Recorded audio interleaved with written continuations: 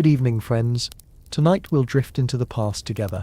If you're listening now, dim your lights, draw the curtains just a little, and let the quiet of the room cradle you. Pull your blanket close around your shoulders, let your body sink deeper into whatever place feels most restful, and soften your breath. This is your time. Nothing is urgent here. Only warmth, only calm. If this calm journey helps you unwind, you can always tap like and subscribe, but only if it feels right. There's no rush, no demand, just a gentle invitation. Now, let's wander. Tonight we explore strange beauty standards in medieval times and beyond. Strange, sometimes whimsical, sometimes baffling, sometimes quietly humorous. We'll travel through candlelit castles and creaking taverns, through the hum of market squares and the rustle of linen sleeves. Along the way we'll notice how people have always shaped and reshaped themselves to meet ideas of beauty that feel odd to us now, but made perfect sense to them then. And so, we begin.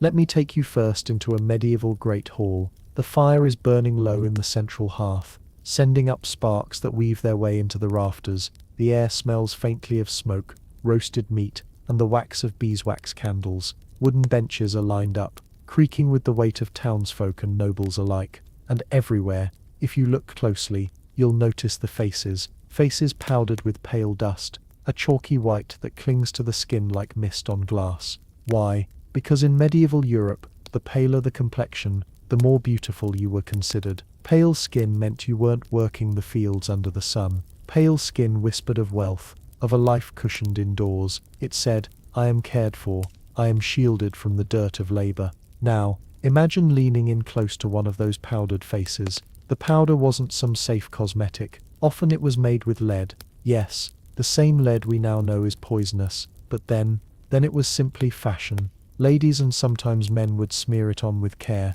watching as their freckles, their sunspots, their humanity disappeared under a mask of whiteness. It gave a ghostly porcelain smoothness, something like the blank surface of a freshly polished plate. Isn't it curious that something so dangerous could feel so essential, like eating a medieval Pop-Tart filled with stones? It might make no sense to us, but it was their pride, their allure, and it didn't stop with powder. High foreheads were also considered a mark of beauty, so much so that women would pluck away their hairline to make the forehead broader, grander, almost otherworldly. Picture that by candlelight, a lady sitting before a small mirror of polished bronze, patiently tugging at each hair, transforming her own face into what the world declared was more lovely. Imagine the soft rhythm of her breathing, the crackle of the fire, the tiny wince as each hair comes free. There's a hum to it, isn't there? A strange ritual, almost like prayer, only it's to the gods of fashion, and if you lean a little closer, you might hear a friend teasing gently, you'll have no hair left if you keep at it, followed by quiet laughter, muffled by the stone walls. But here's the part that always makes me smile. What was seen as elegant then might look absurd now, and what we see as elegant now might one day make people chuckle. It's a reminder that beauty has never been fixed. It floats, it drifts, it reinvents itself, like smoke from that hearth winding toward the beams. The hum of the hall grows louder. Someone is playing a lute, soft strings vibrating like a heartbeat. A child runs across the floor, bare feet slapping the stone, chased by the shadow of a tired nurse, and all around, pale faces glow faintly in the firelight. These are the masks of their time, worn with pride. I wonder, when they looked into one another's eyes, did they see beauty? Did they believe, truly, that the chalky white was radiant? Did it spark a flutter in their hearts the way a natural smile might spark in ours today? Lean into the thought for a moment, let it rest like a feather on your mind. Now let me tell you a little fact. In the 14th century, the poet Geoffrey Chaucer described ladies with fair pale faces and high brows as the epitome of loveliness. He wasn't mocking them, it was admiration. His words, woven into the Canterbury Tales, reflect a truth of the era. Beauty was pale, distant, almost unreachable. The hall grows quieter as night deepens. Outside, the wind whistles across the thatched roofs, carrying with it the cool scent of wet earth. Inside, candles burn low, wax pooling like rivers at their base, and still women adjust their veils, their pale foreheads gleaming, their hairlines edged higher and higher. It feels a little haunting, doesn't it? Yet there is tenderness here too. These were people trying to belong, trying to shine in a world that judged harshly and rewarded conformity. We can almost forgive them their lead powders and their plucked brows, can't we? For aren't we all, in some way, still doing the same, smoothing, styling, presenting ourselves in ways that say, notice me, accept me, see me as worthy. The crackle of the fire fades. The lute grows softer, strings plucked with slower rhythm. You feel your body relax with the sound, as if the centuries themselves are humming you into calm. And so we linger here, among pale faces and high foreheads, knowing we've only just begun. The night deepens in our medieval hall, yet the stories keep unfolding. Imagine the hush of the crowd after a lively song. A jug of ale is set down with a dull thud, wooden cups clink against the table, and someone yawns quietly, covering their mouth with a pale powdered hand. The glow of the fire softens now, shadows stretching long, like sleepy cats curling across the floor, and into this drowsy warmth, another curious beauty, ideal drifts. Let's talk about teeth. You might smile at this, no pun intended. In our modern minds, straight white teeth feel like the gold standard, but in certain parts of medieval Europe, especially among the nobility, having small, delicate teeth was seen as a sign of refinement. Big, broad smiles, too rustic, too earthy. The dainty mouth was the admired one. Picture a young noblewoman, lifting her veil slightly as she speaks, careful never to reveal too wide a grin, just a glimpse of small teeth, barely parting her lips, enough to whisper, not enough to laugh aloud. If she did laugh too freely, she might be scolded, reminded that restraint was beauty. Can you imagine? To laugh was human, but to laugh too broadly was unfashionable, like being told your joy is just a little too big for the world. Now lean in closer, and let me tell you about something that spread from further east into medieval beauty ideals, the idea of blackened teeth, not in Europe, but in Japan during the Heian period, and continuing beyond. Aristocratic women painted their teeth black with a dye called ohaguro. To us it might look eerie, unsettling even, but for them it was a mark of maturity, elegance, a way to set themselves apart from children. Can you imagine walking into a candlelit room, greeted by graceful figures bowing gently, their teeth shimmering dark as polished obsidian? It's a fascinating reminder that white and straight wasn't always the story. In some cultures, darkened teeth meant beauty. In others, tiny teeth meant delicacy. And in all of them, teeth told a tale. The hall around us shifts again. The lute grows still, replaced by the soft hum of a psaltery, its thin strings vibrating gently, like raindrops tapping on a window pane. Somewhere in the corner, a pair of servants murmur quietly, brushing crumbs from the table with worn linen cloths, and above, banners stir faintly in the draught, their embroidered lions and lilies, dancing like ghosts in the firelight. But our eyes are drawn, once more, to the faces. Let me tell you about eyebrows. In some parts of Europe, the high forehead wasn't enough. Eyebrows were thinned, or even completely removed, to create that look of openness, that broad canvas of skin. The result? A face that looks, to us, a little alien, a little unfinished, yet in their eyes, it was refinement. Imagine sitting beside a lady as she plucks away, her tiny tweezers glinting in the candlelight, the soft scrape of metal against skin, the occasional sigh as she leans closer to her reflection. Her maid stands behind her, holding the candle steady, her eyes tired but patient, and outside, the wind howls faintly, reminding them all of the world beyond these stone walls. And here's where it becomes even stranger. In Italy during the Renaissance, just brushing into the medieval twilight, eyebrows weren't just removed, they were sometimes replaced with patches of fur glued carefully to mimic a certain shape, little tufts of animal hair, repurposed into brows. Can you picture it? A noble woman leaning forward at a banquet,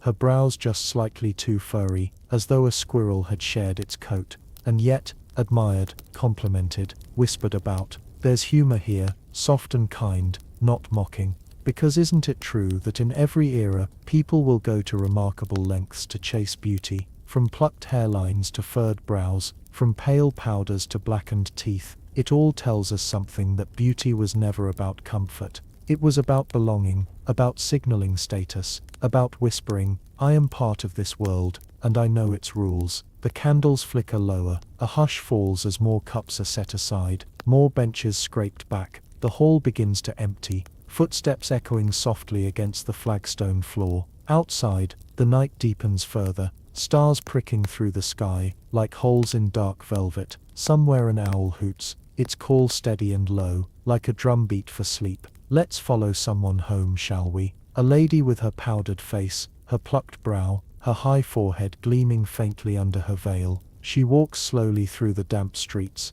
her shoes clicking against cobblestones slick with dew. The air smells of wood smoke, and the faint sweetness of honey cakes cooling in a baker's window. Around her the town sleeps, but she is awake, thinking of tomorrow, of how her beauty will be seen, measured, judged. And perhaps if we pause here, we realize something tender. Beneath the powder and the plucking and the fur brows, she is simply human, wanting to be loved, to be noticed, to be remembered, just as we do. So as you rest here with me in the quiet of the night, let your breath slow, hear the faint drip of water from a gutter, the whisper of wind through half-closed shutters, the echo of boots retreating into silence. These sounds are lullabies from centuries past, weaving together with the oddities of beauty to soothe us in the present, and will linger just a little longer, in this world of pale faces, delicate teeth, and vanished brows, before we drift onward to the next story. Now, as the lady steps quietly into her home, let me guide you deeper into these strange ideas of beauty. Imagine the chamber where she sleeps. The fire has been banked low, just glowing coals sending out a gentle warmth. The shutters are closed, yet the faint rattle of the wind still creeps in, tugging at the edges of the silence. She sets aside her veil, her gown of heavy wool, and sits before a polished metal mirror. Its reflection is dim, rippled, but enough to show her powdered cheeks and pale brow. She reaches for a small jar. Inside is rouge, a paste made from crushed plants, or even from dangerous substances like cinnabar. She dabs it lightly on her lips, turning them a soft crimson. Red lips were admired. Signs of youth, signs of vitality. Picture her smoothing it on with careful fingers, leaning close to the mirror, the glow of the embers painting her face with shadows. Now pause a moment and think, how many times have we too touched our faces in a mirror, hoping to look a little brighter, a little more alive? The centuries change the tools, but not the impulse. Rouge then, lipstick now, different jars, same story. But what about hair? Hair carried its own tale of beauty. Long flowing hair was prized, especially in certain cultures where it symbolized purity and fertility. Yet paradoxically, women often kept it covered in public. A veil, a wimple, a hood. Beauty was in the idea of what lay beneath, the mystery as much as the hair itself. Imagine a summer afternoon, the marketplace buzzing with voices, carts creaking under loads of apples and barley. A lady passes by, her veil trailing, hiding most of her hair, and yet whispers follow her. Her braid is said to reach her knees. One woman says, golden like wheat. Another adds, the beauty is in the imagination, not the sight. Isn't that curious? The less revealed, the more admired, like the promise of a story never fully told. And in men, hair was a matter of strength, of pride. Beards came and went in fashion, but in many times and places, a thick head of hair was valued. Baldness was often mocked, written about in jest by poets. The poor monk, tonsured with a shaved crown, was both respected for his devotion and laughed at for his odd appearance. The medieval world, it seems, was never short of humor, even in its beauty. Let's step into a tavern now. The air is thick with smoke and laughter. Tankards slam on wooden tables, the smell of roasting meat lingers, and fiddles scrape out a tune. At one table, two young men compare their beards. One strokes his proudly, thick and curling, the other frowns at his patchy chin. The conversation drifts. Who looks more noble? Who more knightly? Who more fit for admiration? Beauty even here, even among ale and jest, is weighed and measured. But let me tell you something stranger still. In the medieval period, plumpness was sometimes considered a mark of beauty. A fuller body suggested wealth, prosperity, enough food to spare. Thinness was not the ideal. It hinted at poverty, at sickness. So, picture a nobleman,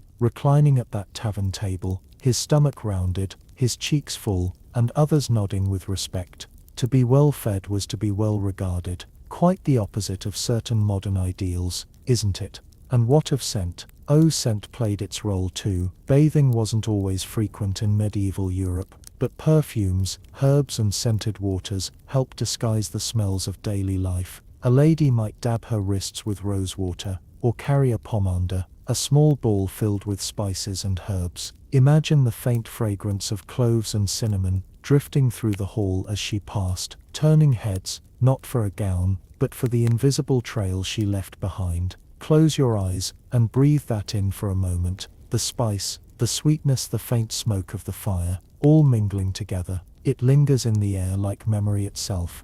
And then the hands told their own story of beauty. Pale, soft hands, unpolished, with long delicate fingers, marked someone as refined. Rough hands, stained with work, were less admired. People noticed. Picture a courtly dance in the candlelit hall, fingers touching briefly, a brush of skin against skin. One hand is smooth, perfumed, delicate, the other roughened by tools, sun-browned. The difference was immediate, and it spoke without words. Isn't it remarkable how the smallest details carried so much meaning? A forehead, a tooth, a hand, each became a signal, a code to read beauty and status. The fire in our chamber fades lower. Our Lady pulls her blanket up, her rouge still bright on her lips, her hair carefully braided beneath her veil. She closes her eyes, perhaps dreaming of compliments she'll hear tomorrow, of glances cast her way, and as she drifts into sleep, we too can linger in that space, half in history, half in dream. But we're not done. Let your mind wander now to another hall, another time, a gathering of nobles in France, the year around 1350. The hall is grander, hung with tapestries, the floors strewn with fresh rushes. Courtiers move gracefully, their gowns sweeping, their laughter soft but sharp. Here beauty is not only the face, but the way one carries oneself, the posture, the walk, the tilt of the chin. Imagine practicing such things before a mirror, steps rehearsed as carefully as words, and beneath all this, the same desire hums, to be seen, to be admired, to be cherished. The music fades again, and the night quiets. Another log is added to the fire, sparks rising, then settling. You feel your breath deepen with the rhythm of the flames. The strange beauty standards of the medieval world may seem distant, but they are woven into our own desires, our own habits. And so we sit together in this candlelit hush, letting these stories lull us further toward rest, before we take one last step deeper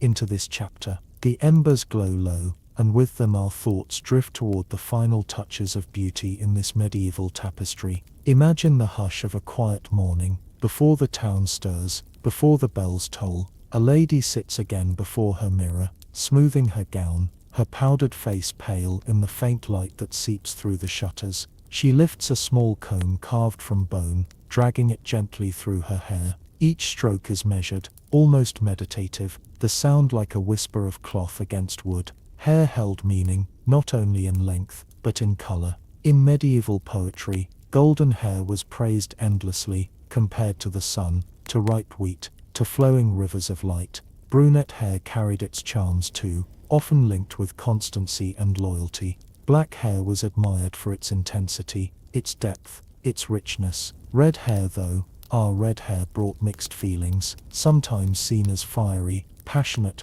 magical even, but also feared, associated with mischief, or even witchcraft. Imagine how a young woman with red locks might have felt, admired by some, suspected by others. Every strand carried a story, every shade a whisper of fate. And it wasn't just the hair on the head. Strange though it may sound, the hair of the body mattered as well. Smooth skin was prized, and though razors were primitive, some women and men plucked or trimmed to chase that smoothness. Picture a lady, candle burning low, leaning close to a mirror, carefully tweezing away stray hairs, a ritual repeated in silence, with patience, with determination. There is a tenderness in these small rituals, isn't there?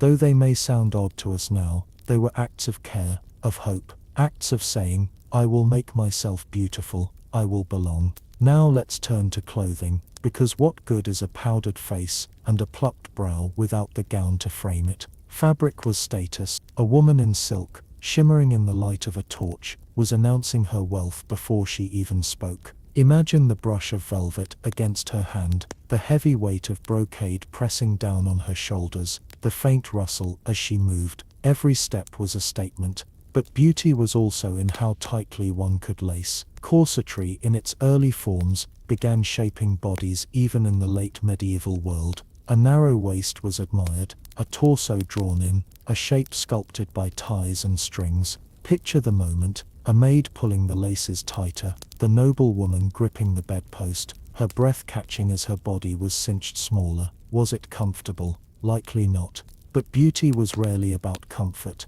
and the shoes, oh, the shoes told their own tale. Have you heard of pole-lanes? Long pointed shoes, their tips stretching absurdly far beyond the toes, sometimes half a foot or more. The longer the point, the higher the status. A knight might strut through the hall with his pole-lanes curling up at the ends, like something from a fairy tale, while peasants mocked him quietly. Imagine trying to dance in them, tripping over your own fashion. It's almost comical, and yet, it was once the height of refinement. The fire crackles again, and we lean closer, watching these fashions parade by. Powdered faces, plucked brows, pale hands, long shoes, cinched waists, each detail a puzzle piece in the great mosaic of beauty. But behind it all, there was also health, or rather the appearance of it. In the late medieval world, a rosy cheek was admired as a sign of good blood, good health, good fortune, and yet too much redness was mocked. Balance was everything. Rouge became not just decoration, but a careful calculation, a whisper of life painted onto the skin. Now, imagine yourself walking down a medieval street. The morning market is beginning. Bakers set out their loaves, the smell of warm bread rising into the cool air. Butchers prepare their stalls, their knives glinting. Children chase one another, their laughter bouncing off the stone walls. And as you walk, you notice the faces around you, some powdered, some not, some veiled, some bare, some full of confidence, others glancing nervously, hoping they measure up to the standard of the day. Do you feel it, that shared humanity? Across centuries, across customs, across all the powders and plucking, the need is the same, to be accepted, to be admired, to be part of the story. Let me leave you with one final scene for this chapter. A banquet in a castle, torches blazing, platters of roasted meat laid out, goblets of wine raised high. The music swells, a harp, a drum, voices lifted in song. Nobles move gracefully across the hall, their gowns shimmering, their jewels glittering, and among them, each face, each body, each gesture, is weighed silently against the beauty standards of their time. A pale face here, a delicate hand there, a high forehead gleaming beneath a jeweled circlet, all admired, all envied, all part of the game of appearances. And as the night grows long, the torches burn low, the laughter fades, and the hall empties. One truth remains: beauty has always been fleeting, always shifting, always a mirror of its age. What was adored yesterday may be forgotten tomorrow, and yet the longing to be seen remains eternal. The banquet fades, the torches die, and we step quietly away from the medieval hall. Outside, the stars shine cold and clear, a reminder that above all fashions, all powders, all plucked brows, there is something constant, something vast, the night sky, watching silently as centuries pass. So let your breath slow now. Let the images of powdered faces and long shoes drift away, like smoke into the rafters. Let your body sink deeper into the quiet, knowing that the first chapter of our journey is complete. And as we leave that warm hall, stepping softly into the night air, let your mind wander gently toward the stories yet to come. The dawn breaks softly over the medieval town. The bells ring faintly in the distance, their notes carrying on the cool morning air. Windows creak open, shutters lifted, and the world begins to stir. Chickens scratch in the dirt, merchants call out their wares, and smoke curls lazily from chimney tops. This is the hum of life, gentle yet steady, like the beating of a drum beneath the quiet. And with the new day comes another set of beauty rituals. Not the powdered foreheads and plucked brows we left behind in the great hall, but something different, something rooted in food, fragrance, and daily habit. Because beauty was not only about what people wore or how they painted their faces, it was also about what they ate and drank, about the little choices that shaped their bodies from within. Imagine walking through the marketplace.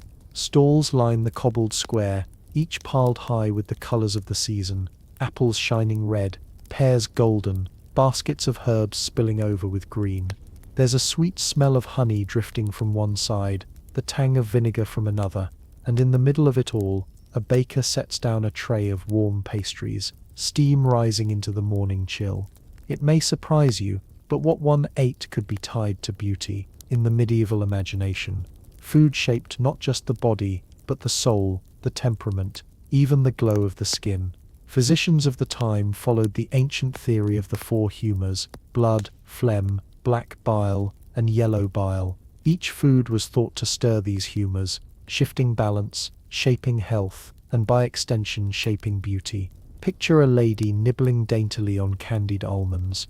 To her the sweetness isn't just a treat, it is believed to warm the blood, to bring colour to her cheeks, to add softness to her skin. Or think of a knight sipping spiced wine, the cloves and cinnamon, not only delighting his tongue, but also thought to invigorate his humours, giving him a brighter eye, a sturdier form.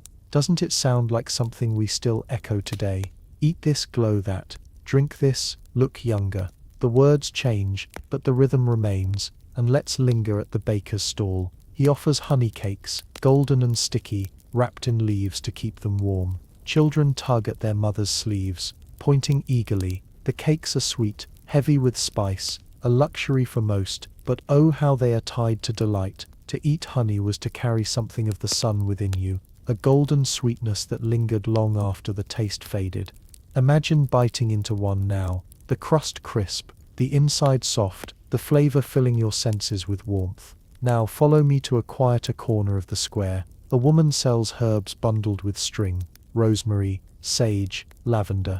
Each has its place in medicine, in cooking, but also in beauty. Lavender water sprinkled on the skin to freshen it, rosemary boiled into a rinse for glossy hair, sage chewed to whiten the teeth. Imagine her voice as she explains to a curious young buyer, her hands rough from gathering, her smile wide as she offers advice, passed down for generations. Her stall smells like a garden at midsummer, green and sharp and soothing all at once. And here's a curious thought: while pale skin was admired, a faint blush of colour was also desired. How to achieve both? Through diet, through clever herbs, through just enough rouge. A lady might sip a tisane brewed from hibiscus to bring a rosier glow, or chew fennel seeds to sweeten her breath, before stepping into the company of nobles. These tiny details carried weight, whispered promises of beauty. Step away from the square, with me now, down a narrow lane where the walls lean close, and the stones are slick with moss. At the end is a small tavern, its door swinging open to reveal the low hum of voices. Inside the air is thick with smoke, the smell of stew, the clatter of cups. At one table, a group of men talk about women's beauty in tones both admiring and teasing. It's her hair, one says, shining as though it was spun from gold. Another replies, nay, it's her skin, pale as moonlight, untouched by the sun. And still another insists, it's her laughter that makes her fair. Isn't it lovely? Amid powders and humours, there is still the truth of the human heart. Beauty was not only in the powders and the rituals, but in the presence of the person, the warmth of their laugh, the light in their eyes. But still the humours whispered their influence.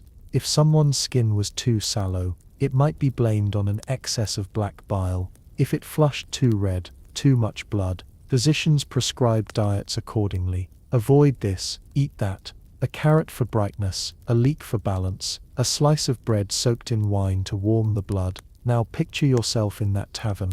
The bench beneath you is rough, the table sticky with spills, the sound of dice rattles in the corner. You sip a mug of ale, its bitter tang settling on your tongue. Across from you, a man brags about his glossy hair, swearing it's from rinsing with rosemary water. A woman rolls her eyes, muttering that it's just luck of birth. And still the conversation drifts back, again and again, to beauty. Who has it? Who lacks it? Who might gain it with the right foods, the right herbs, the right rituals? As the night deepens, a soft drizzle begins outside, tapping gently on the tavern roof. The fire hisses as damp logs are thrown on, smoke curling upward. The voices soften, cups are drained, and slowly the tavern empties. But the scent of rosemary and sage lingers in your mind, tied forever now to the thought of medieval beauty. and as we step out into the drizzle, the air cool against our cheeks, we realize this beauty has always been more than skin deep. It has always been a dance between what is seen and what is believed, between powders on the face and herbs in the cup, between what we eat and what we imagine it makes us. The rain grows heavier, pattering against your cloak, but it feels refreshing, cleansing. You walk slowly, the sound steady as a drum beat, and in that rhythm, you can almost hear the whisper of centuries. Beauty is fleeting, beauty is shifting, beauty is everywhere, if you know how to look. And with that thought, let us pause. The drizzle softens, the bells toll again, and the town sleeps. We stand here, wrapped in cloak and time, ready to wander even deeper into this curious world, when next we turn the page. The rain has faded now, leaving the cobblestones slick and glistening like polished glass. The air smells of damp earth, of smoke still curling from chimneys, of bread cooling somewhere unseen. As we walk further, past narrow lanes and darkened doorways, we hear the faint hum of morning prayers echoing from a nearby chapel. Bells toll softly again, a reminder of rhythm, of time, of the quiet beat of life. Beauty too had its rhythm, and in this rhythm, food and fragrance played a steady tune. Step with me into a noble household's kitchen. It's still early, the servants busying themselves with chopping herbs, stoking fires, kneading dough. The heat of the hearth pushes against the chill of dawn, filling the room with warmth and the smell of baking bread. A young maid sprinkles cinnamon over a dish, and the spice sends a sweet sharpness through the air.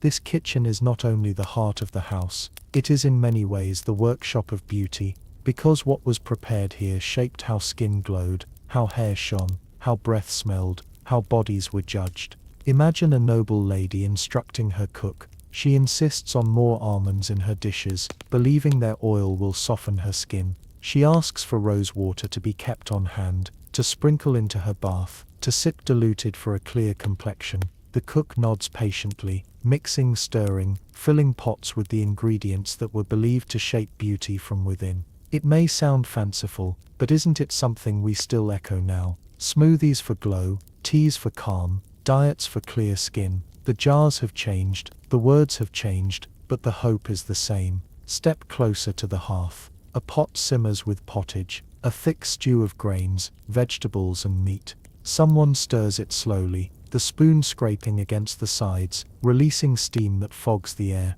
It smells hearty, savory, comforting. For most people, this simple food was life itself, and yet, even here, beauty slipped in.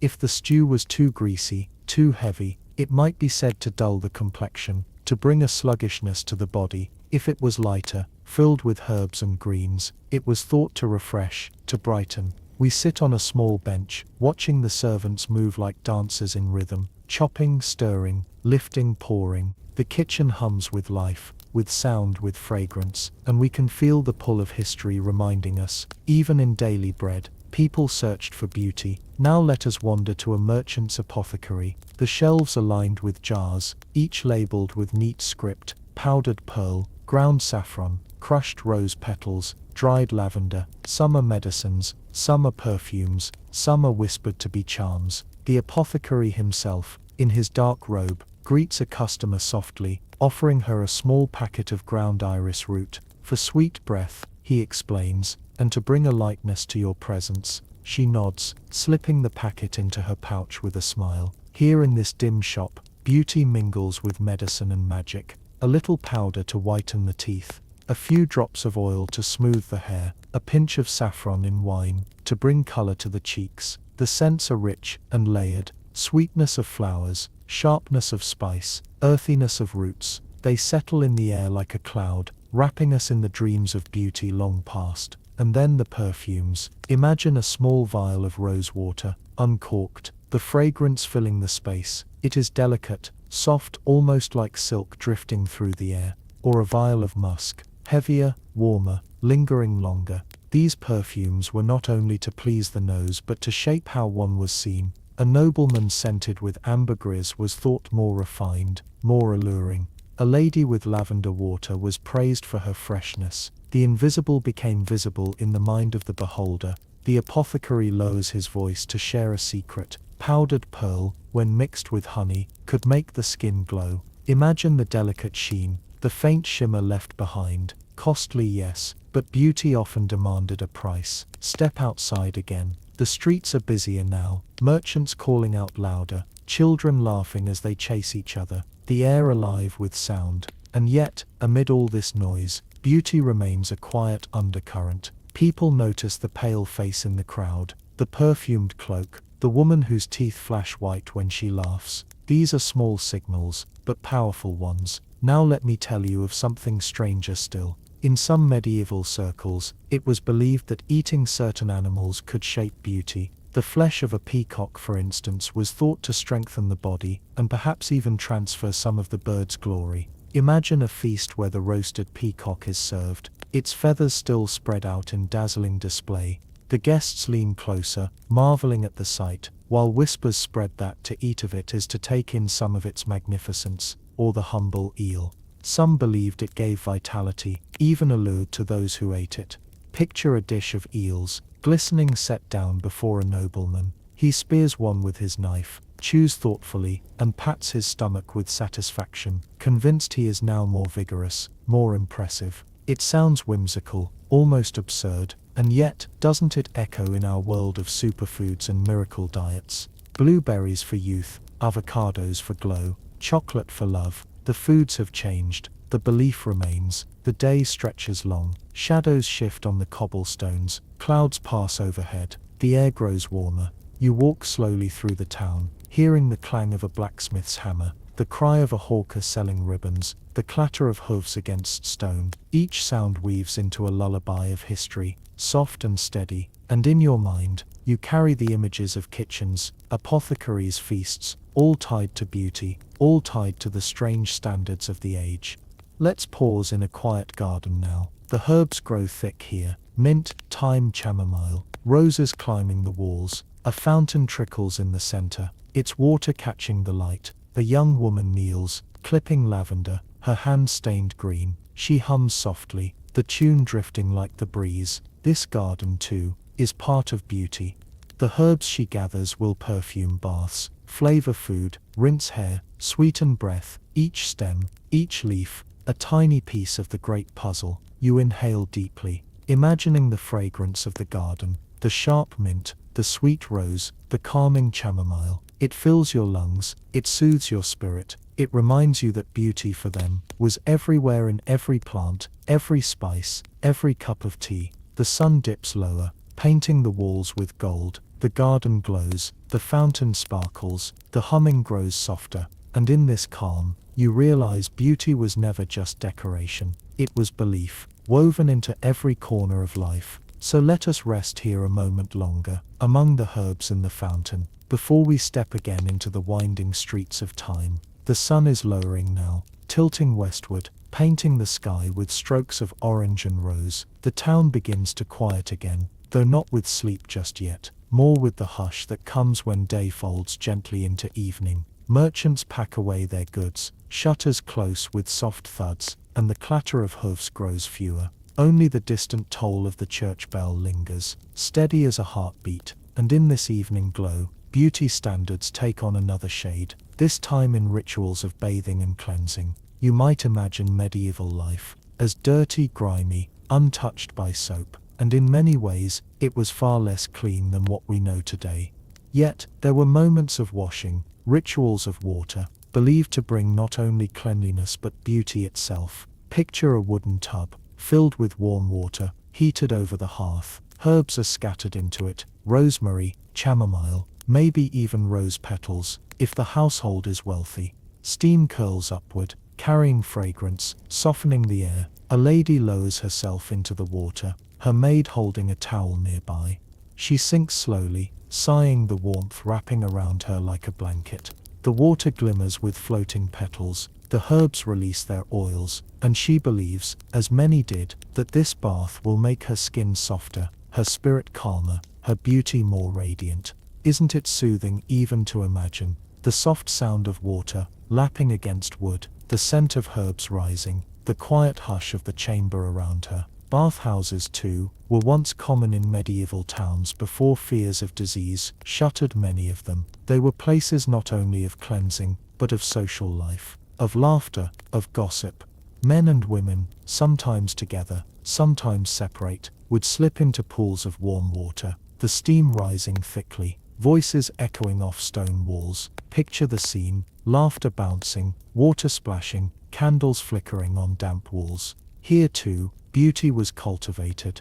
Oils rubbed into the skin, hair rinsed with fragrant herbs, faces gently scrubbed, and beyond the washing came the clothing of the skin. Ointments and salves were made with beeswax, honey, or animal fat, mixed with herbs. A salve of honey and rose petals might be smoothed onto the cheeks, leaving them shining faintly in the candlelight. A cream of almond oil might be rubbed into hands to soften them. Imagine the feeling of sticky honey, fragrant rose, the slow massage of oil into skin. It was care, it was comfort, it was beauty. Now let's follow the evening further. The streets are darker now, torches lit along the walls, their flames swaying in the wind. Shadows stretch long, making the cobblestones look like rippling water.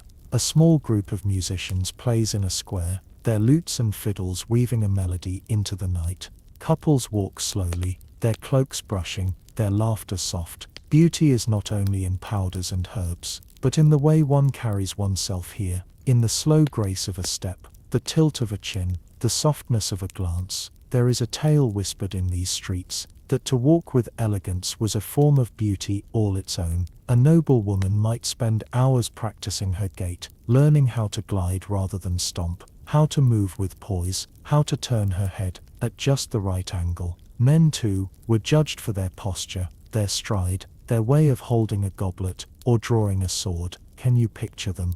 A row of young squires in a courtyard, straightening their backs, balancing books on their heads, teased by their masters for slouching. All of it a rehearsal for beauty. And then the jewelry. Rings gleamed on fingers, brooches glittered on cloaks, necklaces caught the light of torches. To wear jewels was to wear beauty, to draw the gaze, to announce wealth. But jewels also carried meaning: emerald for fertility, ruby for passion, pearl for purity. Imagine a woman fastening a pearl necklace, her pale skin glowing above it, believing she has wrapped herself not only in beauty, but in virtue. The evening grows deeper still. In a tavern voices rise again, this time slower, softer, mellowed by wine. A bard sings a song of a lady's hair, shining golden in the moonlight, her beauty compared to stars. The listeners nod, some smiling, some sighing, each perhaps remembering someone they once admired, someone whose beauty touched their heart. Isn't that the truth of it all? Beneath powders and perfumes, beneath rituals and herbs, beauty always returned to admiration, to memory, to longing. The candles burn low, shadows deepen, outside the night grows cooler, the air damp with dew, and yet, as you walk the darkened lanes, you can still feel beauty lingering, in the fragrance of rosemary clinging to the air, in the shimmer of a pearl glimpsed in torchlight, in the slow graceful step of someone walking ahead.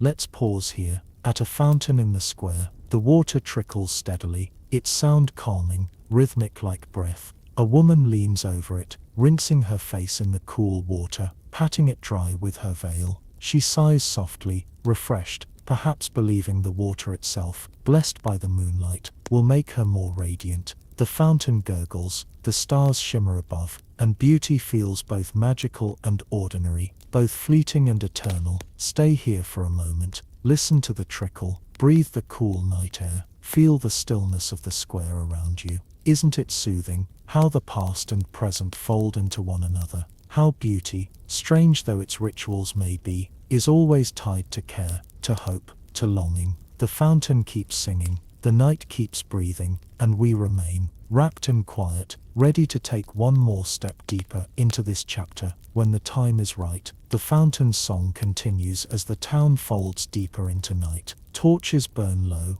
and only a few voices linger in the dark. A dog barks in the distance, answered by another, then silence falls again. You wrap your cloak tighter as the cool air settles, and in this quiet, we think once more about beauty, the kind shaped by food, fragrance, and ritual, the kind that lingered even as darkness stretched. Let us step into a noble chamber one last time tonight. The fire glows gently, shadows moving across the carved wood of the bedposts. On a small table lies a tray, dried figs, candied ginger, and a goblet of spiced wine. These are more than treats. They are believed to soften breath, brighten complexion, warm the humours. A lady lifts a fig delicately, bites into its sweetness, and sighs with contentment. She believes with conviction that tomorrow her face will be lovelier, her cheeks brighter, her spirit lighter. By her side, a small jar of honey sits open. She dips her finger into it, smooths a dab across her lips, letting it glisten in the candlelight. For her it is not only taste but beauty itself. Sweetness as adornment, honey as charm. Outside, the wind rattles faintly at the shutters. She glances toward them,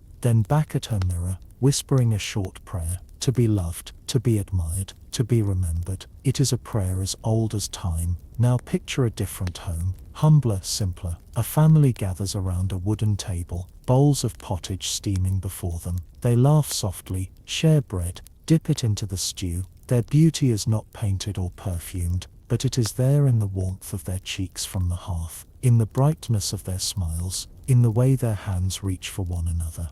Perhaps they do not think of beauty as the nobles do, but still it shines in them, carried in laughter, in kindness, in togetherness. Do you see how beauty shifts? Sometimes in powders and jewels, sometimes in figs and honey, sometimes in nothing more than the glow of firelight on a loved one's face. Let's drift further into another ritual. Teeth, again, but this time not blackened, not hidden, but tended with herbs. Sage leaves chewed to whiten them, fennel seeds to freshen the breath. Imagine the faint crunch of sage between the teeth, the sharp taste lingering on the tongue, the belief that tomorrow's smile will be brighter, or fennel sweet and fragrant, tucked into the cheek like a secret charm. These little rituals wove beauty into the smallest corners of daily life. And then the hair. One last touch before sleep. A comb runs slowly through it, strokes steady, pulling away tangles, leaving strands smooth. Rosemary water might be rubbed in,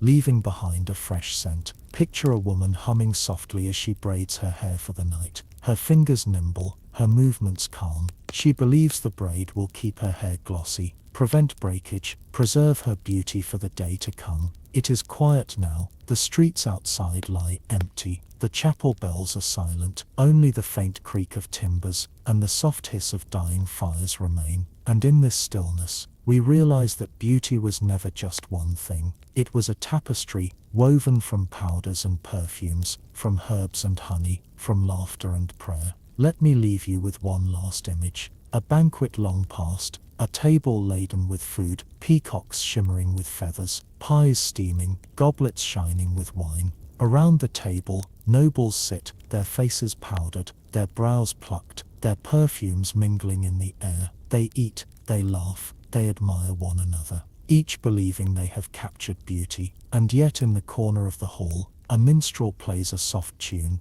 and for a moment all turn their heads, caught not by powders or jewels, but by the music itself, by something that stirs the soul. Perhaps that too is beauty, the kind that slips past appearances and goes straight to the heart. The banquet fades, the candles gutter, the hall empties. Outside, the stars gleam cold and timeless, reminding us again that above every standard, every powder, every ritual, there is something greater, something eternal. So now let your breath grow slower, let your body sink deeper, let the images of herbs, of honey, of rose water and rosemary, drift away like smoke on the night air. Chapter 2 closes softly, like the turning of a page, leaving you ready for the next tale. And as we step from this chapter's warm kitchens and fragrant gardens, let your mind wander toward what lies ahead, ready to be surprised, soothed and carried further still.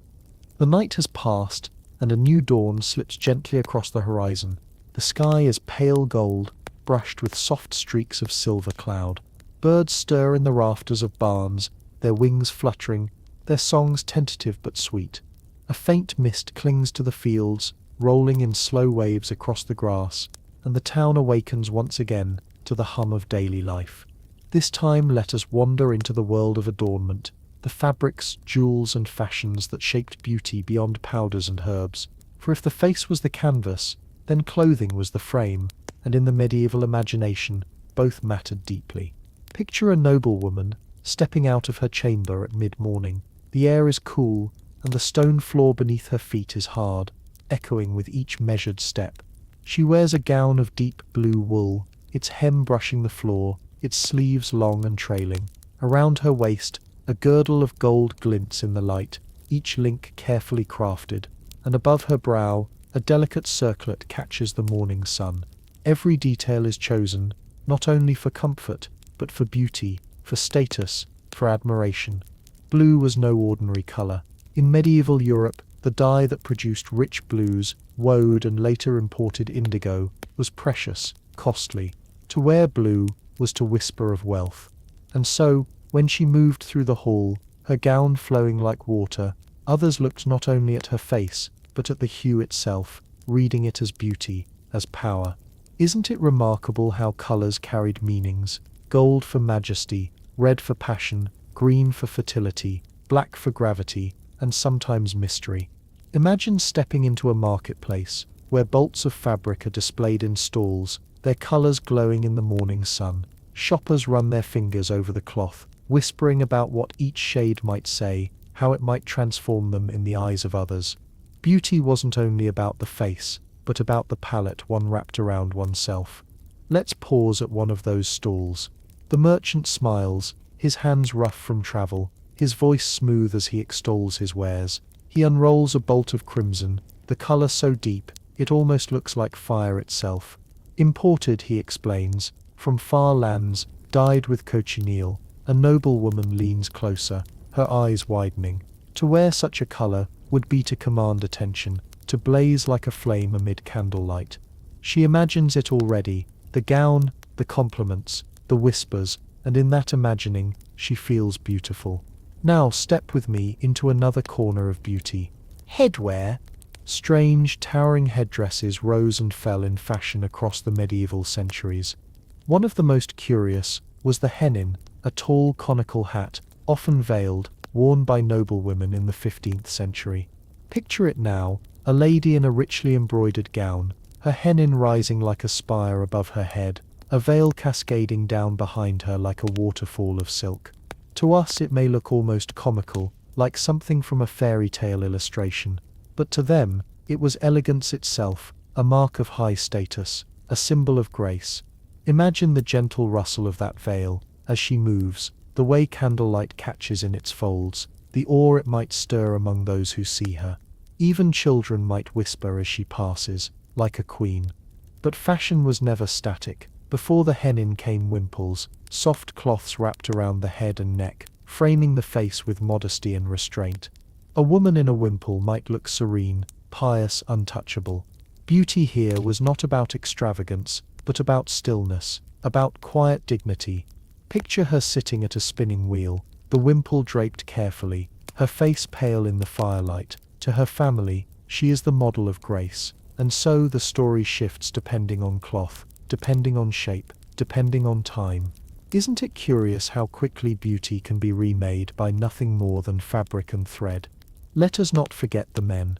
A young knight prepares himself for a feast. He dons a doublet, tightly fitted, its fabric dyed a rich green. His hose cling closely to his legs, showing his strength, his youth. Over it all, a short cloak hangs, lined with fur, swaying with each movement. He adjusts his belt, smooths his hair, and glances at his reflection in polished metal. For him beauty lies in posture, in the gleam of fabric, in the cut of his clothing. He believes he looks noble, worthy, admirable. At the feast he strides into the hall, the candles flickering against his fur trim, the green of his doublet glowing warmly. Eyes turn, and he smiles faintly. Beauty once again is affirmed not only by his own belief, but by the gaze of others. The hall is alive with color. Women in gowns of blue, red and gold, men in cloaks trimmed with sable, their sleeves wide and dramatic. Jewelry sparkles on fingers and necks, the light of 100 candles catching and scattering. And amid the music, the laughter, the clatter of goblets, beauty standards are both displayed and judged. But let me tell you a secret, not everyone admired these extravagances. Some writers of the time grumbled about them, calling them prideful, foolish, even sinful. Vanity, they muttered, a trap for the soul. And yet people still wore them, still paraded them, still found joy in their reflection. Doesn't that sound familiar? How often do we still chase what some call vain, yet cannot resist the glow it brings?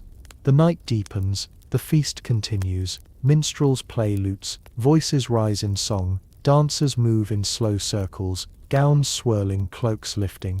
It is a spectacle of beauty, woven not just in faces but in fabric, in jewels, in color. Step back with me for a moment, to the edge of the hall. From here the scene looks almost dreamlike. The flickering light, the flowing colors, the glint of gold, each person believing themselves beautiful in their own way, each one shaped by the standards of their age. The music softens, the night draws late. One by one, guests slip away, their footsteps fading down stone corridors, their voices hushed, the hall empties, the candles gutter, and silence returns. And in that silence, beauty lingers still, in the memory of a swirling gown, a glittering jewel, a veil drifting like mist, in the soft knowledge that what we call strange was once the very essence of grace. So rest here with me, in the quiet after the feast. Let the glow of jewels, the rustle of gowns, the hush of the night, lull you deeper. We have only just begun to explore how adornment shaped beauty, and there are more tales waiting still. The feast has faded, but the memory of colors and fabrics still clings to the air like perfume. Imagine the silence of the hall now, after the laughter and music have gone. The rushes on the floor are scattered, the goblets empty, the candles little more than stubs. And yet, lying across a bench is a forgotten veil, embroidered with tiny pearls, glowing faintly in the dying light. Even in abandonment, it carries beauty. Let us follow the trail of adornment further, into the workshops where such marvels were made. Picture a tailor's room, lit by a single lamp, the scent of wax and cloth filling the space. The tailor's hands are steady, as he cuts into a bolt of crimson wool, his shears scraping softly. A spool of golden thread glitters nearby, waiting to be pulled through fabric, to shape a gown that will make someone glow beneath torchlight. The tailor pauses, holding the fabric against his own chest, imagining how it will fall, how it will sway. He knows beauty is not only in the cloth itself, but in how it is cut, how it is stitched, how it is carried. In his hands, fabric becomes transformation, and there is the jeweler too, sitting at his bench with tools scattered around him. He bends close over a small stone, polishing it until it gleams. Emerald, ruby, sapphire, each one carries its own whisper of beauty, its own promise. A ring set with a ruby might be said to make the wearer's lips redder, their heart more passionate. A necklace of pearls might make the skin seem smoother, paler, more pure. Picture the jeweler, lifting a finished piece to the light, smiling softly at the way it sparkles. Tomorrow it will rest against someone's skin, turning them into the image of beauty itself. Now imagine the sumptuary laws, those curious rules that medieval governments sometimes set to limit who could wear what. A merchant might be forbidden from wearing velvet. A commoner might not be allowed jewels beyond simple glass. Only nobles could wear certain furs or certain colors. Why? Because beauty was tied to order, to hierarchy, to power. To wear what was above your station was not only fashion, it was defiance. Picture a young merchant's wife, daring to wear a crimson gown, the dye costly, her neighbors whispering as she passes. Some admire her courage, others frown at her boldness. And when an official takes notice, she may be fined, her gown confiscated, her pride bruised. Even so, the choice was hers, and for one night she walked as beautiful as a noble woman. Isn't it striking how beauty could be both a pleasure and a risk? Step with me into a quieter space now, a monastery scriptorium. Monks bend over their work, quills scratching against parchment, the scent of ink sharp in the still air. Their robes are plain, their heads tonsured, their beauty not in adornment but in simplicity. Yet even here, beauty standards linger. A monk's clean hands, his trimmed nails, his smooth voice when chanting, all these are admired as signs of devotion, of grace. Not every beauty shines in silk and jewels, some shine in humility, in restraint, but most of the world lean toward adornment. Let's return to the streets, to a festival day. The air is alive with trumpets, drums and the chatter of crowds. People dress in their finest bright cloaks, embroidered tunics, veils pinned with flowers. Children run with ribbons in their hands, laughter echoing. Beauty here is collective, a parade of colors, a sea of fabrics moving as one. A young man in a green cloak spins in the square, his boots tapping a rhythm on the stones. A woman in a gown of blue laughs as she adjusts her hennin, the veil blowing in the breeze. Around them vendors sell garlands of flowers, strings of beads, sprigs of rosemary to pin to cloaks. The air smells of roasted meat, of spiced cider, of fresh bread pulled from ovens. It is beauty made public, shared, celebrated, lived, and in the midst of it, we see the contrasts. A beggar in rags, his cloak patched, his hair tangled, his eyes watchful. He does not meet the beauty standards of the day, yet when he smiles at a passing child, his face lights with warmth. For a moment he too is beautiful, though no one whispers it. Beauty, after all, is not only fabric and jewels, but expression, kindness, presence. The sun sinks lower, the festival winds down, the streets grow quieter, lanterns glowing faintly in the dusk, and once again people return home, carrying with them the memory of how they looked, how they were seen, how they were measured by the gaze of others. Some smile, content, others sigh, wishing they had worn more, had looked brighter, had shone more. Doesn't it sound familiar? The end of a day, and still the thought lingers, did I look my best? In the hush of evening, let us peek into one more chamber. A young woman sits before her mirror, brushing her hair slowly, the strokes steady, like the ticking of time. She hums softly, her gown set aside, her shift plain but comfortable. On her table lie her jewels, her circlet, her girdle. She touches each one gently, as though they are companions. Tomorrow she will wear them again, step into the world again, be beautiful again. But tonight she simply breathes, and as she breathes, so do we, slowly, deeply, gently, letting the day fall away, letting the stories settle, letting the quiet wrap around us like velvet. Beauty in this chapter of adornment is not only in powders or herbs, not only in jewels or fabric, but in the way each choice told a story. A gown whispered of wealth, a jewel sang of virtue, a headdress proclaimed status, and all together, they created the theater of beauty that played out each day, each feast, each festival. The night deepens, the streets lie empty, the stars return, eternal and patient, and here in the calm after the feast and festival, we rest ready to step once more into this world when the next part begins. The night stretches quiet,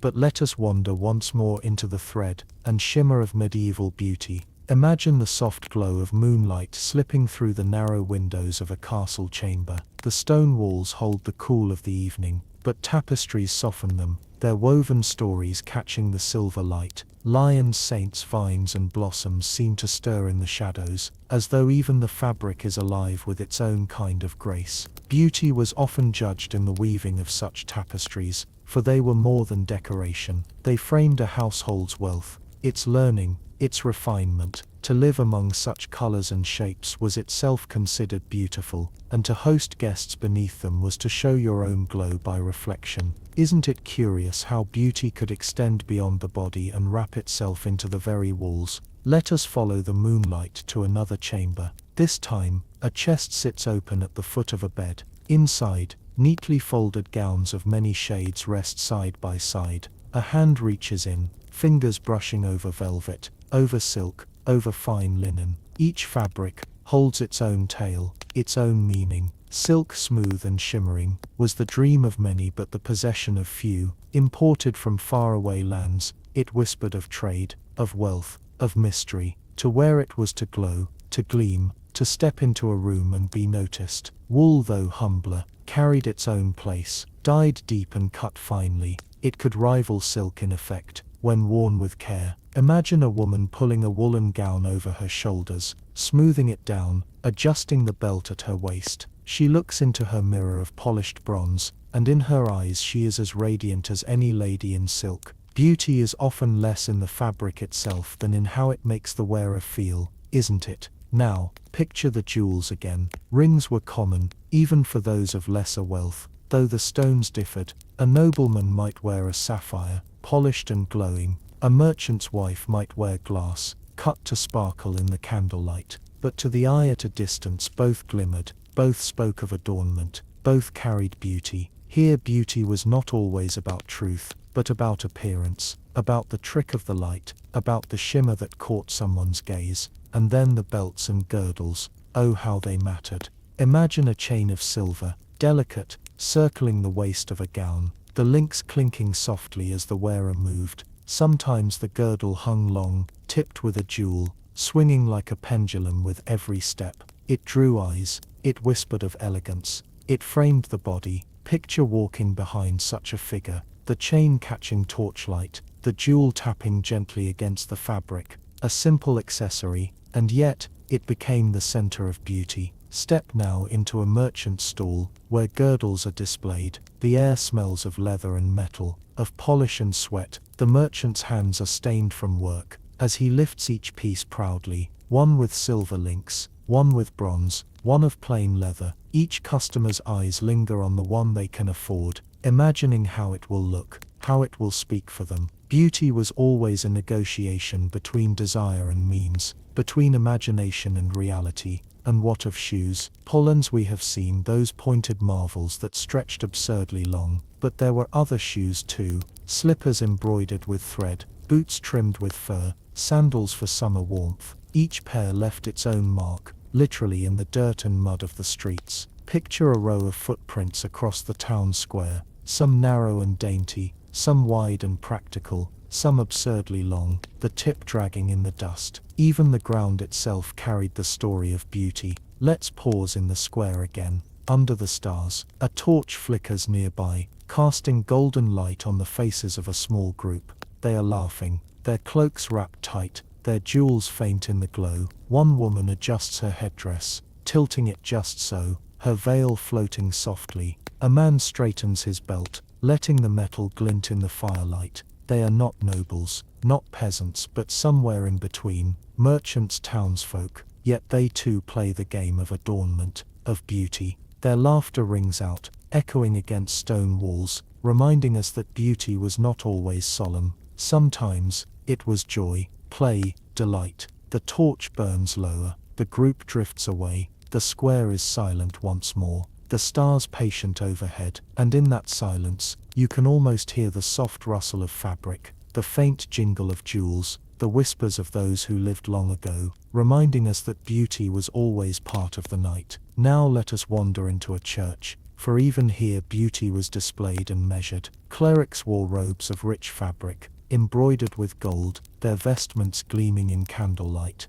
To see a bishop process down the aisle, robes sweeping, jewels glinting on his mitre, was to see beauty of another kind, not for the self, but for the glory of faith. And yet, the effect was the same. Eyes widened, hearts stirred, admiration sparked. Can you picture the moment, the hush of the congregation, the glow of candles, the chant rising, the robe shimmering as it moved? Here too beauty was performance, and adornment carried meaning beyond the body. The chants fade, the candles gutter, the church empties, and once more the world settles into quiet. Let us return then to the chamber with the chest of gowns. The woman closes it gently, smoothing her hands over the wood. She sets aside her jewels, her girdle, her slippers. One by one, she removes the signs of adornment, until she is left only with herself. She looks again into her mirror, not polished bronze now, but herself reflected in the silence, and she smiles faintly, perhaps realizing that beauty was not only in the fabric, the jewels, the headdresses, but in her presence, her life, her breath. Isn't that the gentlest truth, that beneath every layer of adornment,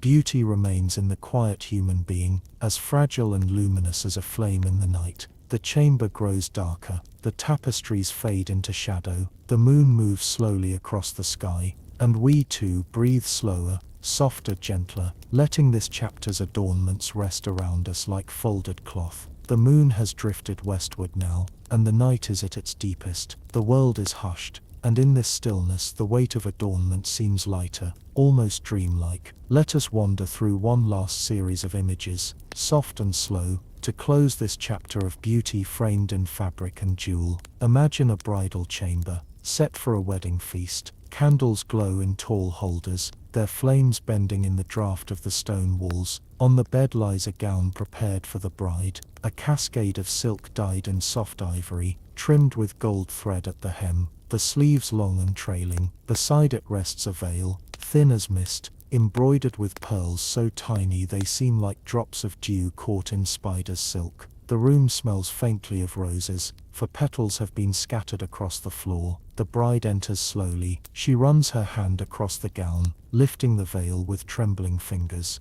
This is not only fabric, it is the symbol of her beauty, her new life, her new place in the world. To wear it is to be transformed. Can you feel the hush in the room, the way even the candle flames seem to lean forward to watch? Guests gather below, waiting, their own clothing rich and varied, cloaks lined with fur, sleeves embroidered with silver thread, hats adorned with feathers. Beauty is not only for the bride tonight, it is for all who attend, all who wish to be seen, all who want to shimmer in memory. The feast begins, and the hall fills with voices, with laughter, with the clatter of goblets. A minstrel sings of love, of roses and stars, his voice carrying above the hum. The bride appears at last, her gown glowing, her veil drifting like mist. Every eye turns, every whisper pauses, every heart measures her beauty. It is not only her face, but the gown, the jewels, the veil that complete the vision. For one night, she embodies the very idea of beauty as her world knew it.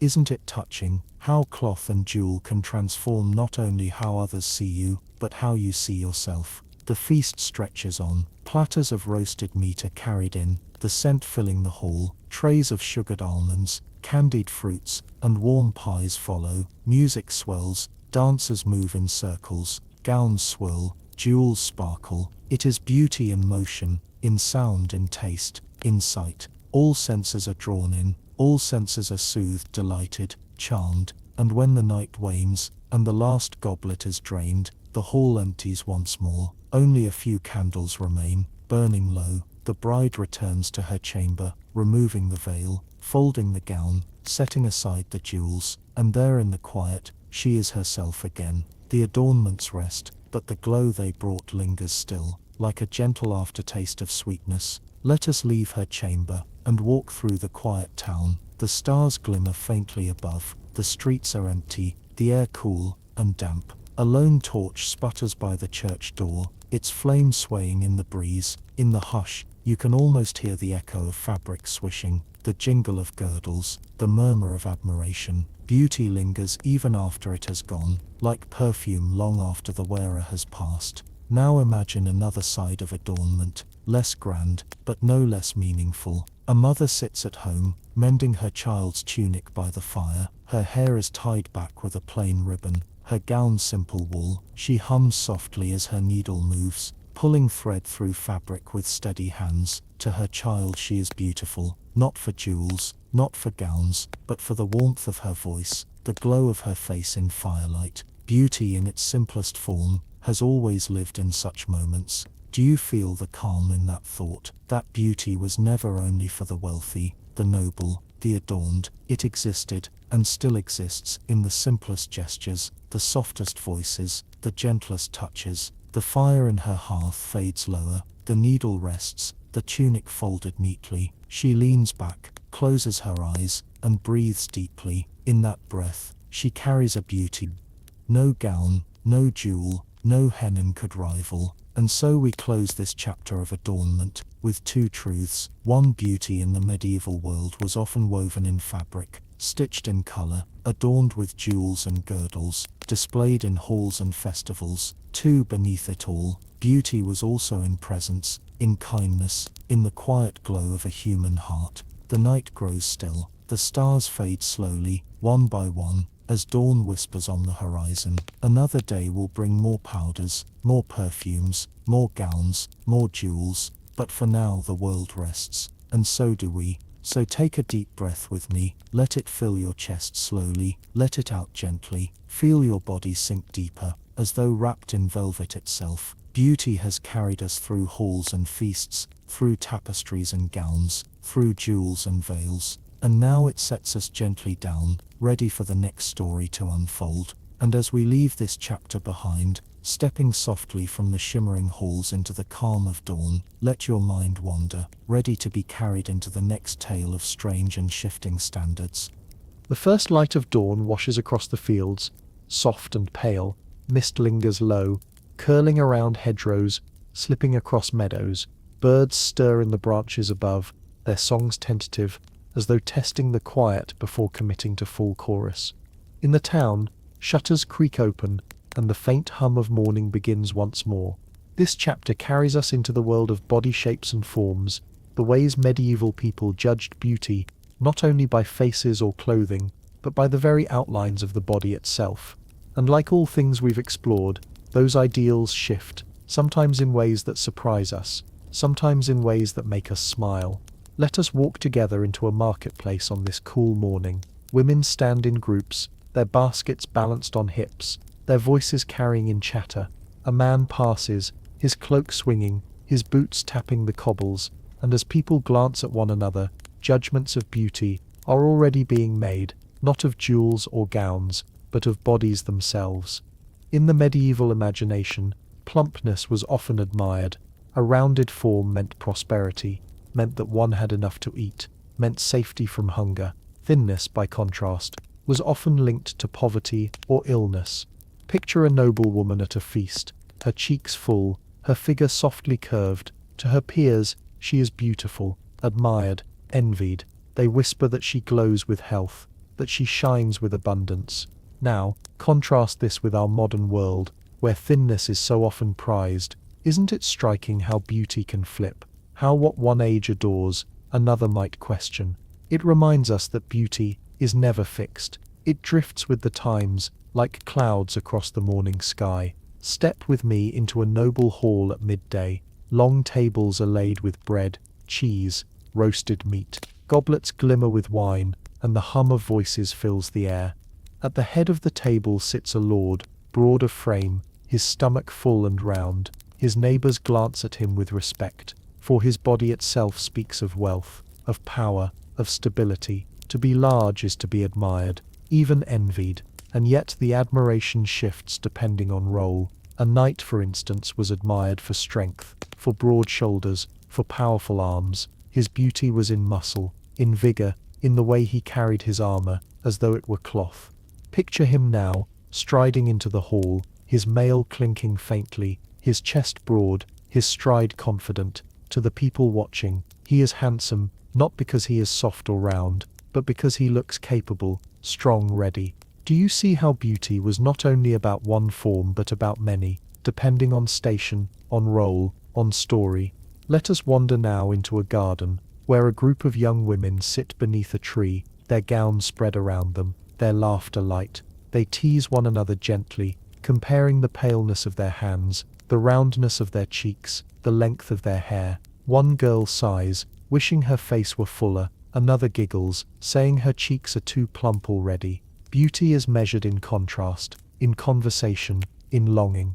A poet passing by might write of them, describing their forms in glowing verse. In the 14th century, poets often praised women for softness, for roundness, for a form that looked like comfort itself. Their words became part of beauty, shaping what others longed for, what others sought. And yet, even here, there were contradictions. Monks wrote sermons against gluttony, against excess, warning that too much plumpness was sinful. A fine line emerged, enough to show prosperity, not so much as to show indulgence. Beauty walked a narrow path, and people followed carefully. Let us pause in another chamber, this one belonging to an artist. He sits with brush in hand, painting a panel of a noble woman. Her cheeks are rosy, her body round, her gown flowing. To him this is beauty, this is truth.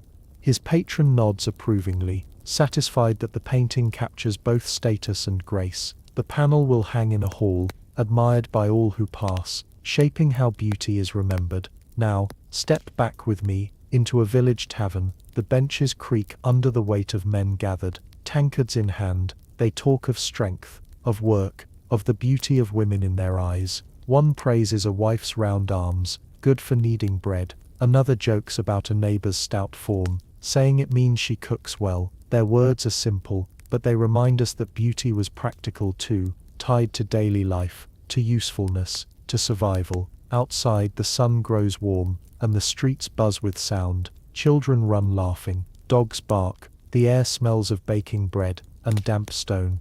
And as people pass, glances are exchanged, judgments made, a curved form, a broad shoulder, a strong arm, a soft hand. Each one is a signal, each one a whisper of beauty. Isn't it tender, how every age finds its own measures? Sometimes in softness, sometimes in strength, sometimes in a balance of both. Always shifting, always surprising, always human. The afternoon wanes, and the streets quiet once more. The bells toll gently, and shadows stretch across the stones. In the hush, we reflect beauty was never only in fabric or jewel, but in the very outline of the body, in how it spoke of wealth, of health, of strength, of life. The mist of morning has long lifted, but as evening comes, a softer mist rises again. It curls around the town, cool against the skin, carrying the scent of wood smoke and damp earth. People close their shutters, light their candles, settle into the hum of night, and we too settle, letting the images of rounded forms and strong shoulders, of painted panels and whispered compliments, drift into quiet memory. And so this chapter begins, with the body itself as the stage of beauty, reminding us that standards are as fluid as mist, changing with the air, shaping and reshaping through time. The evening settles over the town, but our story drifts into another hall, one alive with warmth and music. Torches flicker on the walls, their light bouncing across faces and shoulders. A long table is filled with platters, roasted meats, loaves of bread, steaming bowls of stew. The scent is rich, heavy, filling the air with comfort. Nobles recline at the head of the table, their bodies full, their cheeks flushed with wine. To the eyes of their peers, this fullness is a sign of beauty, of wealth, of being blessed. Imagine the laughter, imagine the clatter of knives against plates, the creak of wooden benches under weight. Every sound tells a story of abundance, and abundance in these days was beauty itself. But step outside this hall, into a different world. In the fields, peasants labor under the fading sun, their bodies lean, their muscles taut from daily work. Their beauty is measured differently, not in softness but in strength, in endurance, in the ability to survive. A young woman bends to gather grain, her back straight, her arms steady. To her fellow villagers, this too is admired. Her body is not adorned with jewels or gowns, but with strength, with resilience, with the flush of life lived in labor. Do you see how standards shift not only across centuries but across class? For the noble fullness was admired, for the commoner strength and vigor were beauty, and in both the body itself spoke more loudly than words. Let's pause at a summer fair. The square is crowded, stalls piled high with goods, jugglers perform, children chase one another, fiddles sing in the air. Among the crowd, a knight in gleaming armor strides through, his chest broad, his stride confident. Eyes follow him, admiring his form, his presence. For knight's beauty was in strength, in broad shoulders, in the ability to carry armor without faltering. The songs sung of them praised their might, their vigor, their striking forms. Nearby, a lady walks, her gown trailing, her cheeks full, her hands pale. She too is admired, her form whispering of wealth and comfort. And yet just behind her, a young peasant girl laughs as she dances, her arms brown from the sun, her body wiry but lively. A group of onlookers smile at her, admiring her spirit, her glow. 3 women, 3 bodies, 3 forms of beauty, all seen, all valued, all remembered. Isn't it fascinating how beauty can exist in many shapes at once, depending on who is looking, depending on what they need to see? Now let us step into an artist's studio once more. A painter prepares to capture a noble family on a wooden panel. He paints the father broad and round, the mother soft and glowing, the children rosy and plump. To him this is beauty, but also truth. It shows prosperity, shows fortune, shows a life of plenty, and those who see the painting will nod, agreeing that this is the very picture of grace. But in another part of town, a minstrel sings a different song. He praises a maiden with long lean limbs, comparing her to a willow swaying in the breeze. His listeners smile, picturing her, admiring her in their minds. For them, beauty is not roundness but lightness, not fullness but grace.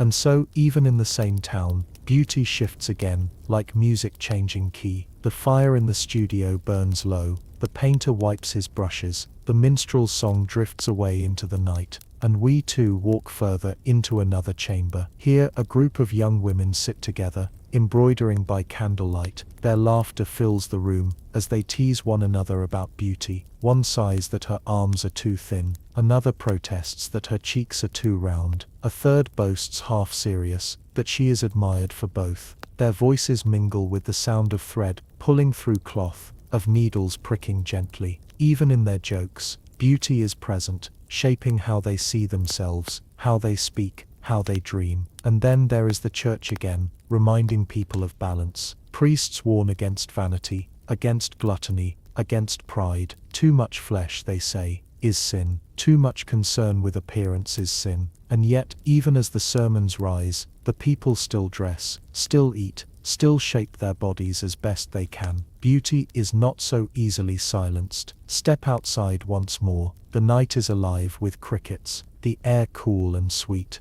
The moonlight falls on the cobbles, turning them silver. You walk slowly, the sound of your steps echoing softly, and as you walk you remember the hall of plenty, the fields of strength, the fair of contrasts, the studio of paintings, the chamber of laughter. Beauty has many faces, many forms, many voices. It lingers in the flush of cheeks, in the strength of arms, in the curve of a body, in the lightness of a step. It is never one, never fixed. It is as shifting as the moonlight itself, as fleeting as the clouds that pass across it. And so the night holds us gently, reminding us that bodies have always been measured, praised, judged, cherished, mocked. Yet through it all, each body remains its own story, its own truth, its own quiet beauty. Rest here with me in that thought. Let your breath grow steady, your body heavy, your mind soft. Beauty is not only in how others see, but in how we live, how we move, how we exist. And in that, perhaps, is the gentlest beauty of all. The night deepens, yet the world does not fall entirely silent. From the upper floors of a manor house, light still spills out through narrow windows. Within, a gathering continues, a quieter one, but still full of meaning.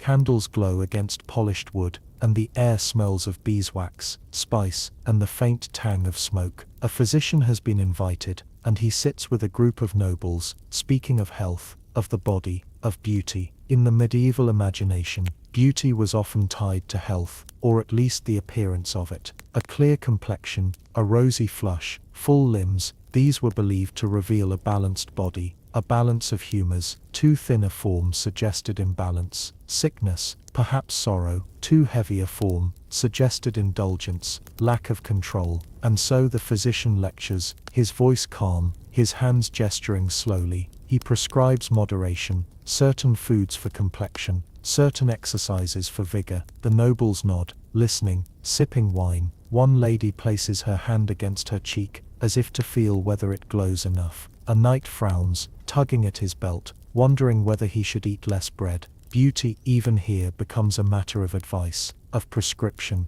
of careful thought. Now imagine stepping into the courtyard outside. A servant boy runs across it, his bare feet slapping the stones. His body is wiry, his movements quick. To his peers, this is beauty, the speed, the liveliness, the brightness of youth. No jewels, no gowns, no powders, just life itself shining through him. It is a reminder that beauty often lives in vitality, in energy, in the spark of movement. Let us travel further, to a tournament field. The ground is packed with spectators, banners waving, trumpets blaring. Knights line up, their armor polished, their horses restless. To the crowd, this is beauty of a different kind. The spectacle of strength, of broad shoulders, of powerful arms guiding lances. When a knight lowers his lance and charges, the earth seems to shake, and admiration rises in the roar of the crowd. Beauty here is muscle, courage, vigor, force. The knight's broad chest and sturdy form,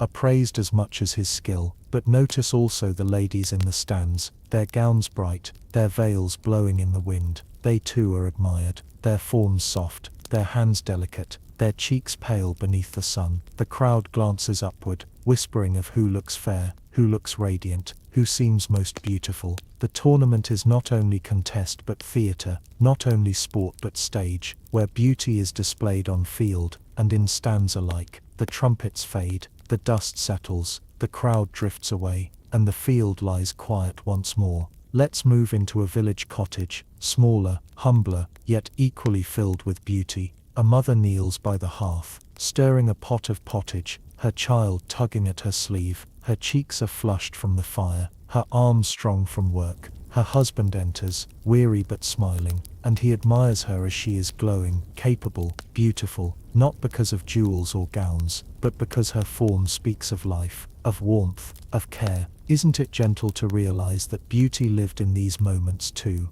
that beyond halls and tournaments, there was beauty in daily life, in the strength of arms kneading bread, in the flush of cheeks bent over a fire, in the laughter shared in a small cottage. Now, let us return to art once more.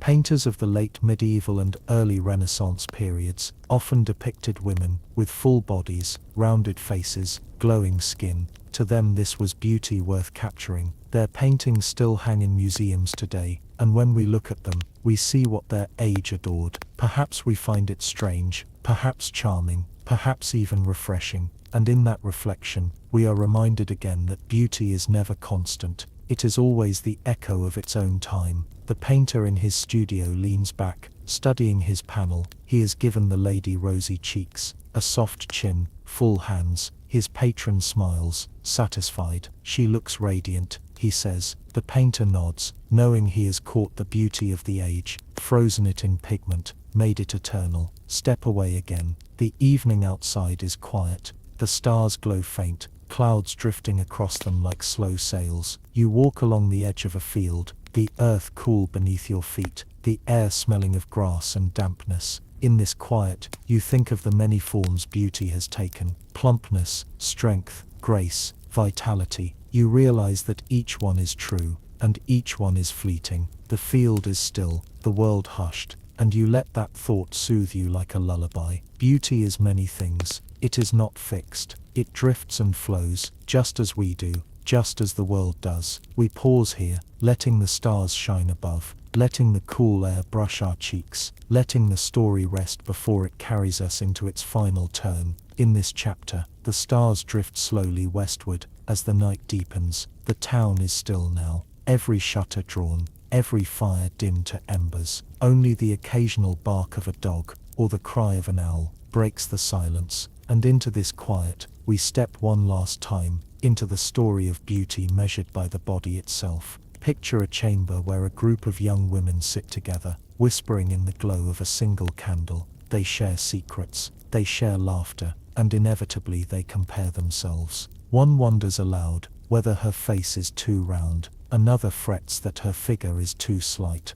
a third smiles softly, insisting that both are beautiful in their own way. Their conversation is a mirror of countless others across centuries, small voices trying to understand themselves, their worth, their beauty, through the standards of their time. Let us move to a noble's hall once again. Here portraits hang on the walls, each showing a body shaped by the fashions of the day. One figure is painted soft and plump, her cheeks glowing. Another shows a knight, broad and strong, his stance steady, his shoulders square. Each portrait whispers of what was valued, what was admired. Guests walk past, nodding, admiring, perhaps even envying. The paintings serve not only as art but as reminders. This is what beauty looks like. This is what you must seek to be. Now imagine stepping into a church. A sermon is being delivered, the priest's voice echoing through stone arches. He warns against vanity, against pride, against gluttony. The body is a vessel, he says, to be cared for, but not worshipped. And yet, as he speaks,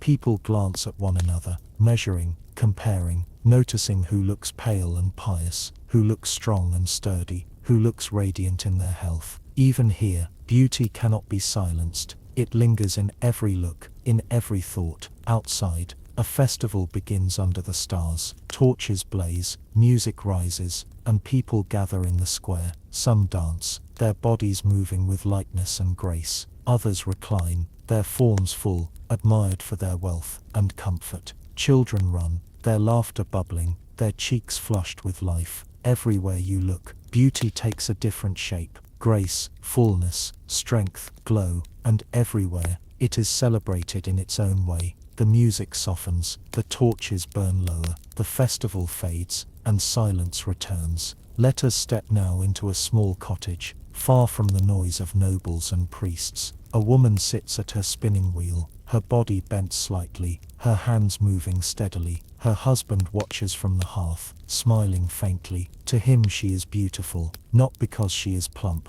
not because she is thin, not because of powders or jewels, but because she is here, alive, present, steady. Her beauty is woven into the rhythm of her wheel, into the glow of her fire, into the quiet of their life together. Isn't that the gentlest truth of all? That beauty is always both more and less than standards suggest, that while one age praises plumpness, another thinness, another strength, another grace, the real beauty is often in presence, in spirit, in the way someone simply is. The spinning wheel slows, the fire fades, the cottage grows still, and so we close this chapter of the body as beauty. We have seen it praised in fullness, in strength, in roundness, in grace. We have watched it painted, sung, judged, and admired. We have seen it praised in feasts, in tournaments, in cottages, in fields, and we have realized, gently, that beauty has never been fixed. It is always a reflection,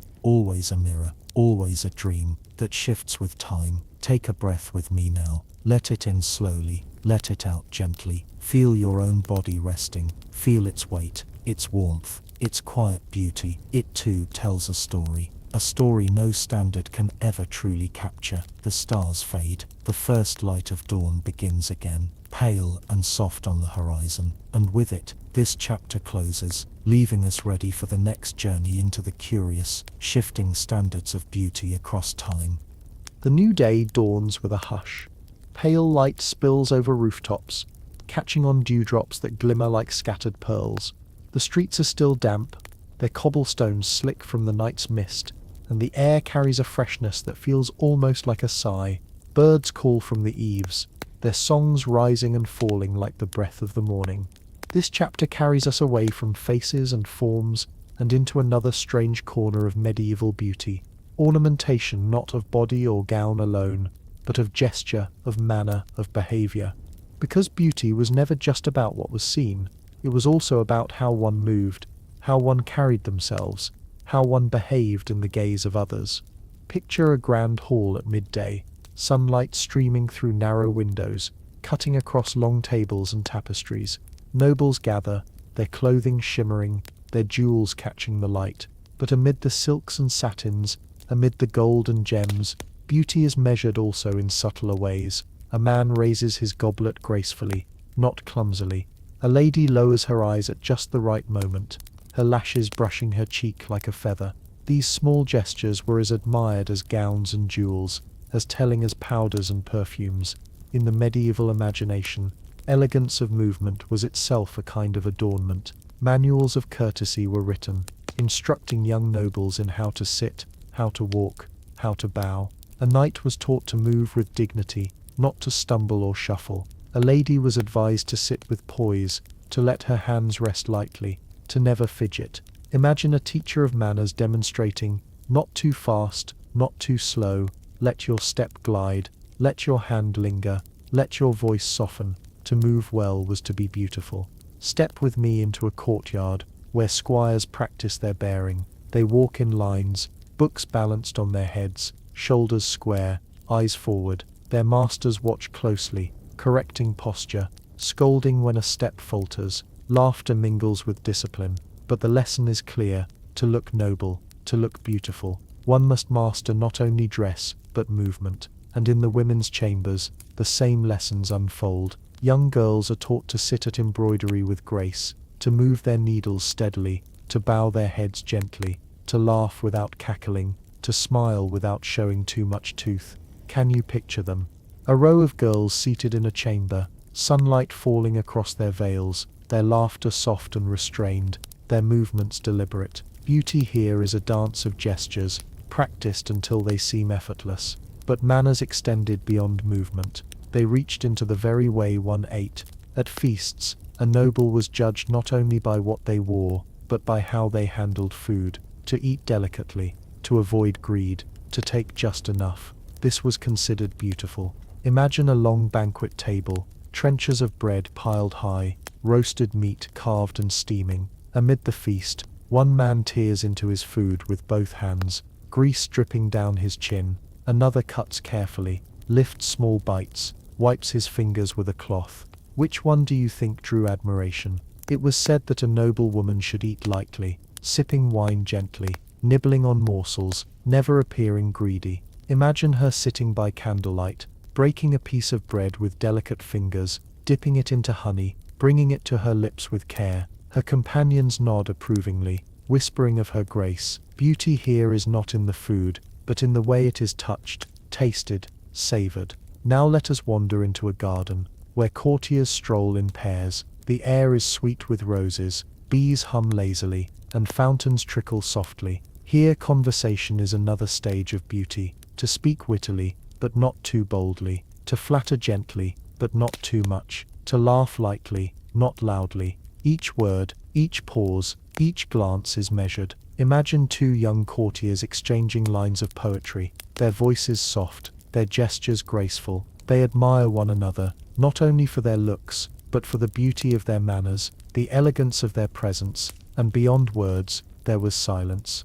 To know when to remain quiet, when to bow the head, when to lower the gaze. These two were marks of beauty. A noble who spoke too much was thought vulgar. A lady who giggled too loudly was thought foolish. To carry silence well was itself a kind of grace.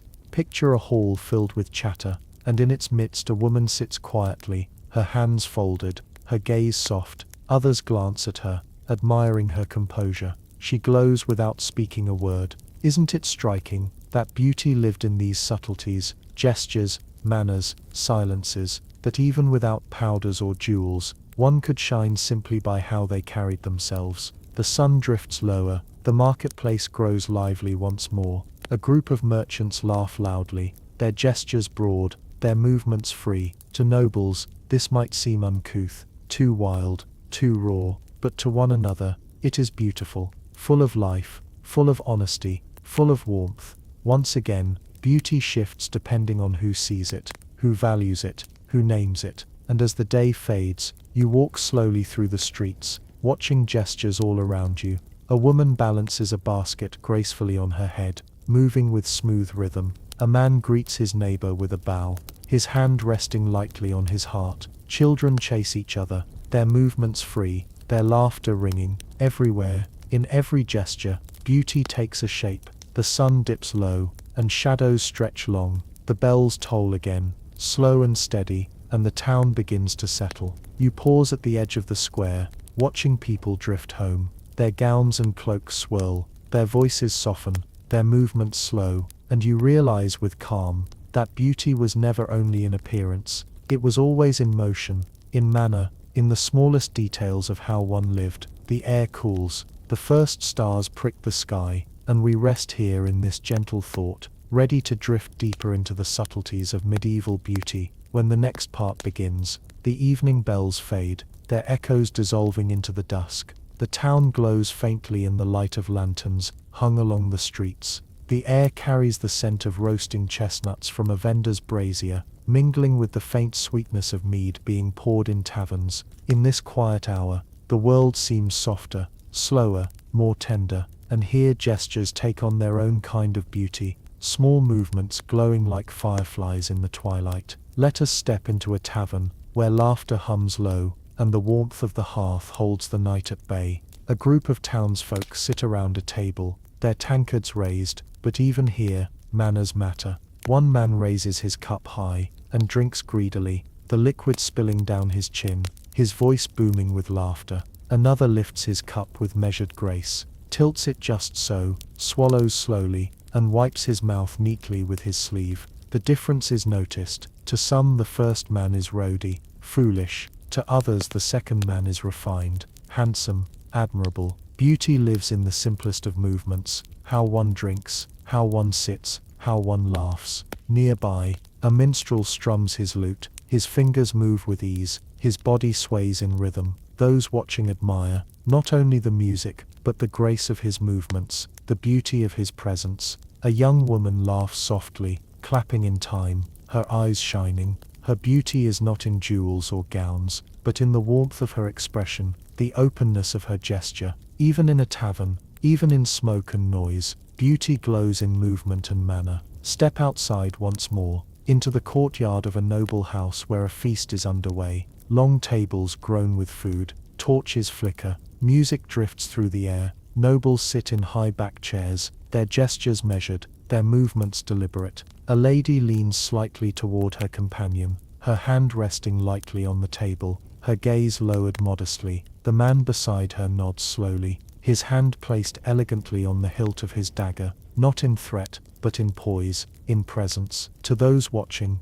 their grace is striking, their gestures admired as much as their clothing. At the far end of the table, a guest speaks too loudly, his hands flailing, his laughter brash. Others glance at him, frowning. In this world, loudness is not beauty. Control, elegance, composure, those are the true adornments. Isn't it curious how silence itself, or the soft turn of a wrist, could mean more than jewels or gold? Now let us wander into a garden, where courtiers stroll by moonlight. Lanterns hang from trees, casting pools of golden glow onto the paths. The air smells of roses and damp grass. Couples walk slowly, their steps measured, their conversations hushed. One young courtier bends gracefully, plucking a rose and offering it with a bow. His gesture is simple, but in its smoothness, in its timing, it becomes beautiful. The lady accepts, lowering her eyes, her fingers brushing the petals gently. For a moment beauty exists entirely in movement,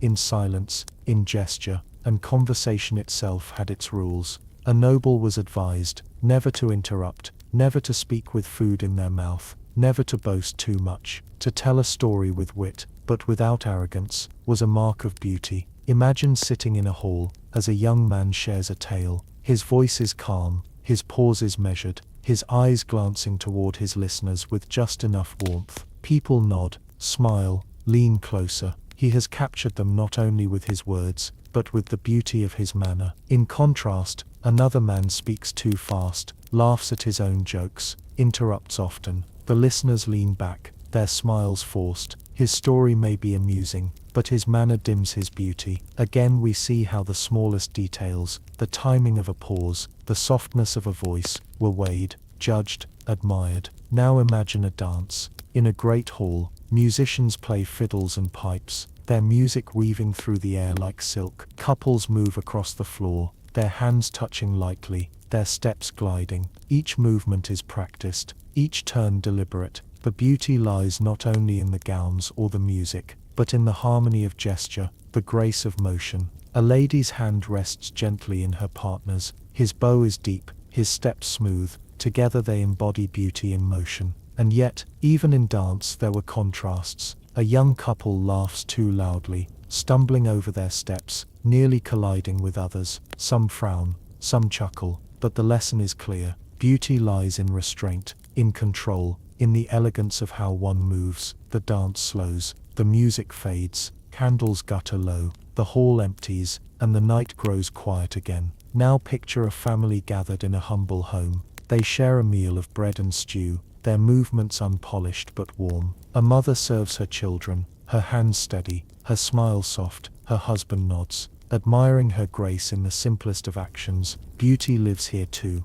not in jewels or manners of court, but in kindness, in care, in the gentleness of gesture. Isn't that the tender truth? That beauty in manner was not only for nobles but for all. That a gesture of grace, a smile of warmth, a pause of patience could be as beautiful in a cottage as in a castle. The night grows deeper still. Stars shimmer faintly above, clouds drifting slowly across them. You walk through the quiet streets, your steps soft on the stones, In your mind linger the images of gestures, the bow in a garden, the grace of a dancer, the composure of a noble at table, the laughter of a mother at home. Each one is beautiful in its own way, each one a reminder that beauty often lives in the smallest details. The lanterns flicker, the town settles, and we rest here, wrapped in the thought that manners and gestures, soft, subtle, fleeting, were as powerful in shaping beauty as any gown, jewel, or powder. The night deepens, and the air grows cooler. A thin mist curls along the edges of the town, wrapping itself around doorways and drifting across the cobbles. Torches flicker in the squares, their flames bending in the breeze, while the faint murmur of voices seeps out from shuttered homes.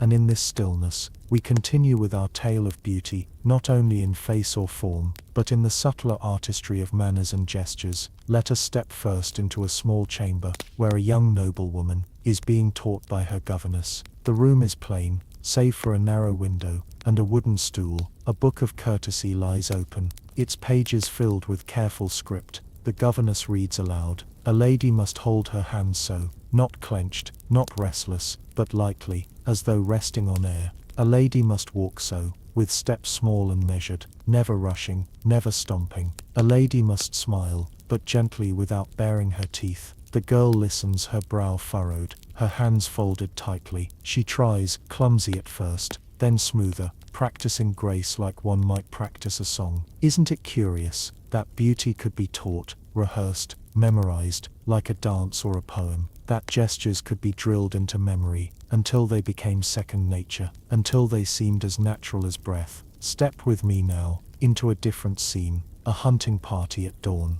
The air is crisp, the ground damp with dew, the hounds restless. Nobles mount their horses, adjusting cloaks, tightening reins. Even here, in this world of mud and chase, manners matter. A knight who slouches in the saddle is mocked for clumsiness. Another who rides tall, guiding his horse smoothly, is admired for his poise. Beauty here is in posture, in control, in the harmony of body and beast. A lady riding sidle, her back straight, her veil fluttering, is praised not only for her gown, but for the elegance with which she rides. The horns sound, the hounds leap forward, and the hunt begins. Dust rises, hooves pound, shouts echo. It is wild, chaotic, thrilling, and yet even in the chase, eyes notice. How does he hold his reins? How does she guide her horse? Beauty lives even in speed, in dust, in motion. Now let us pause at a chapel, hushed and still. Candles glow against stone, their flames steady, their wax dripping slowly. A congregation kneels, their heads bowed. Here too, manner is judged. To kneel with grace, to bow the head with humility, to cross oneself with solemn care. These gestures were admired as much as any jewel or gown. A lady who fidgets is frowned upon. A man who slouches is whispered about. A child who bows perfectly is praised for their devotion. Even in prayer, beauty was measured by the quiet eloquence of movement. And what of the table? Let us return once more to the banquet hall. A servant sets down a platter of roasted goose, the smell rich and heavy. Goblets are filled with wine, trenchers with bread. The guests begin to eat. One man tears meat with his hands, grease shining on his chin. Another uses his knife neatly, cutting small pieces, chewing slowly, sipping wine between bites. The second man draws glances of approval. His composure, his neatness, his restraint make him beautiful in that moment. Isn't it striking how the same food, the same act of eating, could reveal such different impressions? Beside him, a lady breaks her bread, delicately, dipping it in honey, her fingers moving with care. She raises it to her lips, chewing softly, her eyes lowered modestly. Her companions nod, admiring. Beauty here is not in the bread, not in the honey, but in the way her hands and lips move, in the way she transforms a simple act into something graceful. Step away now, into a courtyard, lit by moonlight. A group of young courtiers gather, practicing their bows and greetings. One bends too deeply, stumbling as he rises, and the others laugh kindly. Another bows too quickly, jerking forward awkwardly, but one bows perfectly, smooth, measured, his hand placed gently at his chest, his gaze lowered just enough. The group applauds softly. His beauty lies not in his face or clothes but in the elegance of that single gesture, and conversation too. carried its grace. Imagine a lady seated in a hall, speaking with measured wit. Her voice is calm, her pauses deliberate, her words chosen with care. Those around her lean closer, smiling, nodding, caught not only by her words, but by the beauty of her composure. Another woman nearby speaks too fast, laughs too loud, gestures too wildly. Some chuckle, some frown, and quietly, she is judged less graceful. Isn't it gentle but telling, that beauty could be found, not in what was said, but in how it was said? The night drifts deeper, the square empties, lanterns burn low. And yet, beauty lingers in the memory of gestures, the bow in the courtyard, the poise at the table, the composure in conversation, the stillness in prayer. Finally, let us visit a cottage at the edge of the fields. A family sits together, after a long day, the fire burning low. The mother lifts her child onto her lap, her hands gentle, her movements calm. She rocks slowly, humming softly, her voice weaving with the crackle of the fire. Her husband watches, smiling faintly, his eyes warm. To him she is beautiful, not for gowns or manners of court, but for the grace of her care, the tenderness of her gestures. Do you see how beauty stretches across all places, all classes? How it is just as present in a mother's rocking, in a child's smile, in a squire's bow, as in a lady's feast, or a knight's ride. The fire fades, the cottage grows still, the night deepens, holding all these gestures, all these manners, like treasures folded into its silence. And we too rest here, ready to step gently into the closing turn of this chapter. The night is quiet now, as though the town itself has exhaled and fallen into rest. The lanterns in the square burn low, their flames small, their light soft. The air smells of cool stone, and faint smoke drifting from dying hearths. And into this stillness, we carry one last reflection on the beauty of manners and gestures, the art of presence that made the medieval world glow in ways subtle and profound. Imagine a noble hall lit only by the glow of the fire. The long tables are cleared, the benches empty, the rushes scattered. A young man lingers alone, practicing his bow. His movements are slow, deliberate, repeated again and again. He bends at the waist, places his hand against his chest, rises smoothly. He whispers to himself, adjusting, correcting. He is not practicing for himself alone, but for the world that will watch, for the eyes that will judge, for the moment when his gesture will be read as beauty. Even alone, he shapes himself for admiration. Now step into a quieter place, a cloister garden in moonlight. A group of novices walk slowly, their robes brushing the grass. They practice silence, their hands folded, their eyes lowered, to their brothers. This composure is beautiful, a reflection of devotion, of discipline, of inner grace. No jewels, no gowns, no painted faces, only stillness, only presence. Their beauty is of another kind, yet no less admired.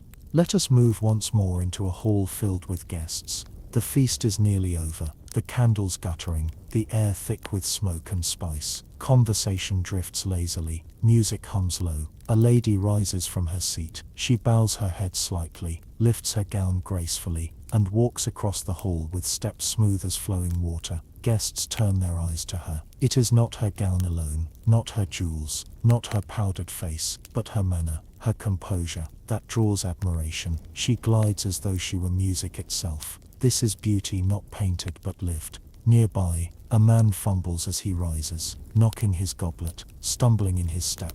A ripple of laughter passes through the hall. His clothing is fine, his jewels costly, but in that moment his beauty dims. How one moved, how one carried themselves, mattered as much, perhaps more than what one wore. Isn't it striking how fragile beauty could be? How it lived not only in silk or pearl, but in a single gesture, a single pause, a single step. Now picture a dance once more. The musicians begin slowly, the fiddles weaving soft notes, the drums tapping gently. Couples rise, taking hands, bowing, stepping. Some move with grace, their bodies aligned, their gestures fluid. Others stumble, their steps too quick, their bows too shallow. Eyes notice, whispers pass. Admiration grows here, laughter there. The dance is more than entertainment. It is a stage where beauty reveals itself in every step, every turn, every glance. Step outside again, into a cottage where a family sits in the glow of a small fire. The father carves wood with slow, steady movements. The mother hums as she braids her daughter's hair, her hands gentle, her voice soft. The boy leans against the hearth, smiling at the scene. Here beauty is in rhythm, in patience, in care. It is not the beauty of courts or feasts, but it is no less deep, no less true. Beauty is not always public. Often it is most powerful in private, and in prayer too. Beauty was measured. Picture a woman kneeling in a chapel, her veil falling softly, her hands folded perfectly. The candlelight glows against her face, her posture steady, her silence serene. To those who see her, she is beautiful, not for her dress but for her composure, her devotion. The priests glance her way and nod quietly. Even in stillness, beauty breathes. Let us walk through the streets one last time. The town sleeps, yet memory lingers of the day just past. The measured steps in the marketplace, the poise at the feast, the grace of the bow, the composure in the chapel, the warmth of laughter in the tavern.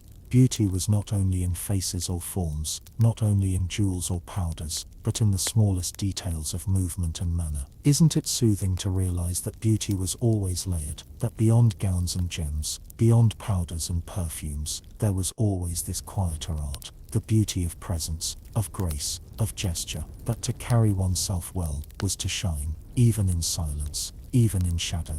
The night grows colder, the mist thickens, cloaking the town in silver haze. You pause at the edge of the square, watching the last torch sputter, watching the stars fade above, and as you breathe deeply, slowly, gently, you let the thoughts settle in your mind. Beauty is never only what is worn, never only what is painted, but always also what is lived. The torch dies, the square darkens, the world rests, and so too do we. This chapter of manners and gestures closes like the turning of a page, leaving us wrapped in its calm, ready for the stories yet to come. The first light of dawn returns once more, pale and gentle, painting the sky with strokes of soft gold and rose. The air is cool, carrying the faint smell of dew on grass, of wood smoke drifting from early hearths, of bread baking in hidden ovens. Birds call from rooftops and hedges, their songs weaving with the low toll of church bells, and so begins the final chapter of our journey into strange beauty standards.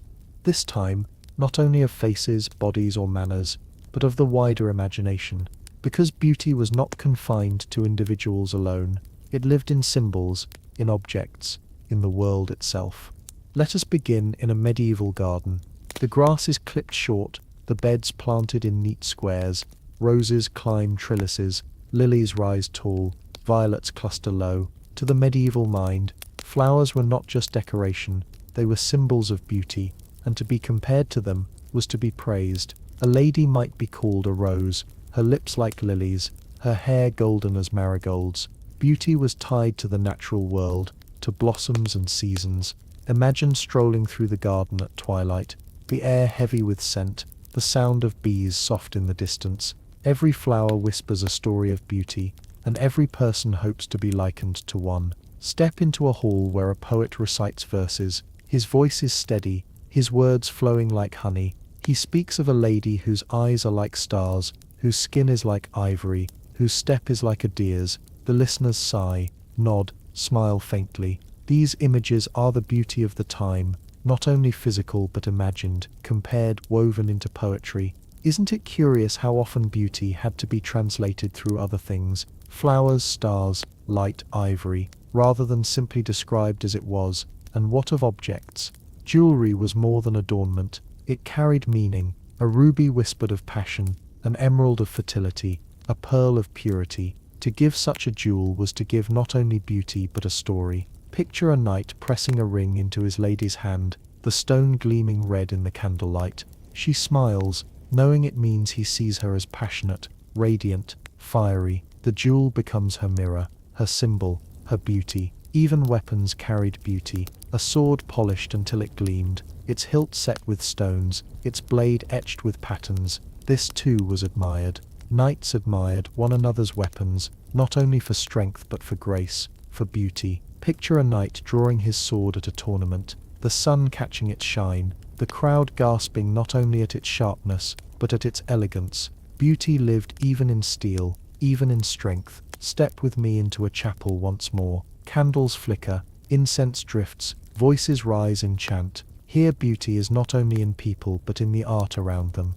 Stained glass windows glow with color, their blues deep as oceans, their reds burning like fire. Light streams through them, painting the stone floor with patterns. People kneel in that light, and for a moment they are bathed in beauty larger than themselves. Imagine it, the hush, the glow, the sense of being part of something radiant, eternal. Now picture a festival in the square. Banners flap in the breeze, their colors bold, their symbols proud. To see such banners was to feel beauty, not of a single person but of a whole people, a whole community. The crowd cheers, the air smells of roasting meat, fiddles sing. Beauty becomes collective here, woven in color, in sound, in joy. And then there were tales, stories of saints, of heroes, of lovers, all describing beauty as something shining, holy, sometimes even dangerous. A saint's beauty might be said to glow with divine light. A knight's beauty might be in his valor, his courage, his shining armor.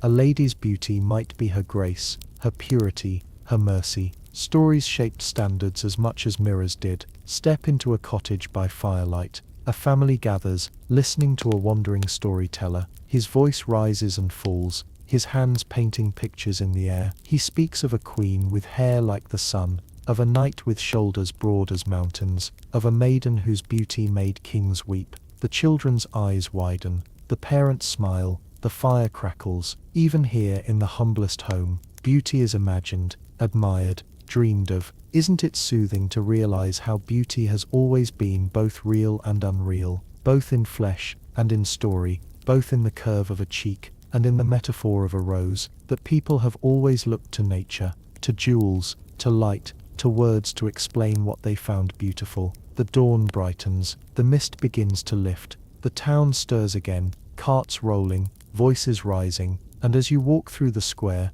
you carry with you these images, the flowers in the garden, the jewels in the hall, the stained glass in the chapel, the banners in the square, the stories by the fire. Beauty is not only in the self, but in the world, in what we surround ourselves with, in what we dream. The bells toll softly, the air warms, and we rest here at the beginning of this final chapter, knowing there are still more corners of beauty to uncover before the story closes. The sun rises higher, spilling warmth across rooftops and fields. The morning market begins to stir, with merchants calling softly, animals braying, the clink of coins mixing with the hum of voices. The scent of fresh bread and herbs fills the air, and colors gleam from stalls, reds of apples, golds of cheese, greens of cabbages and leeks. Even here beauty speaks not only in faces or fabrics, but in the very presentation of things. Picture a merchant arranging his stall. He places the brightest fruit at the front,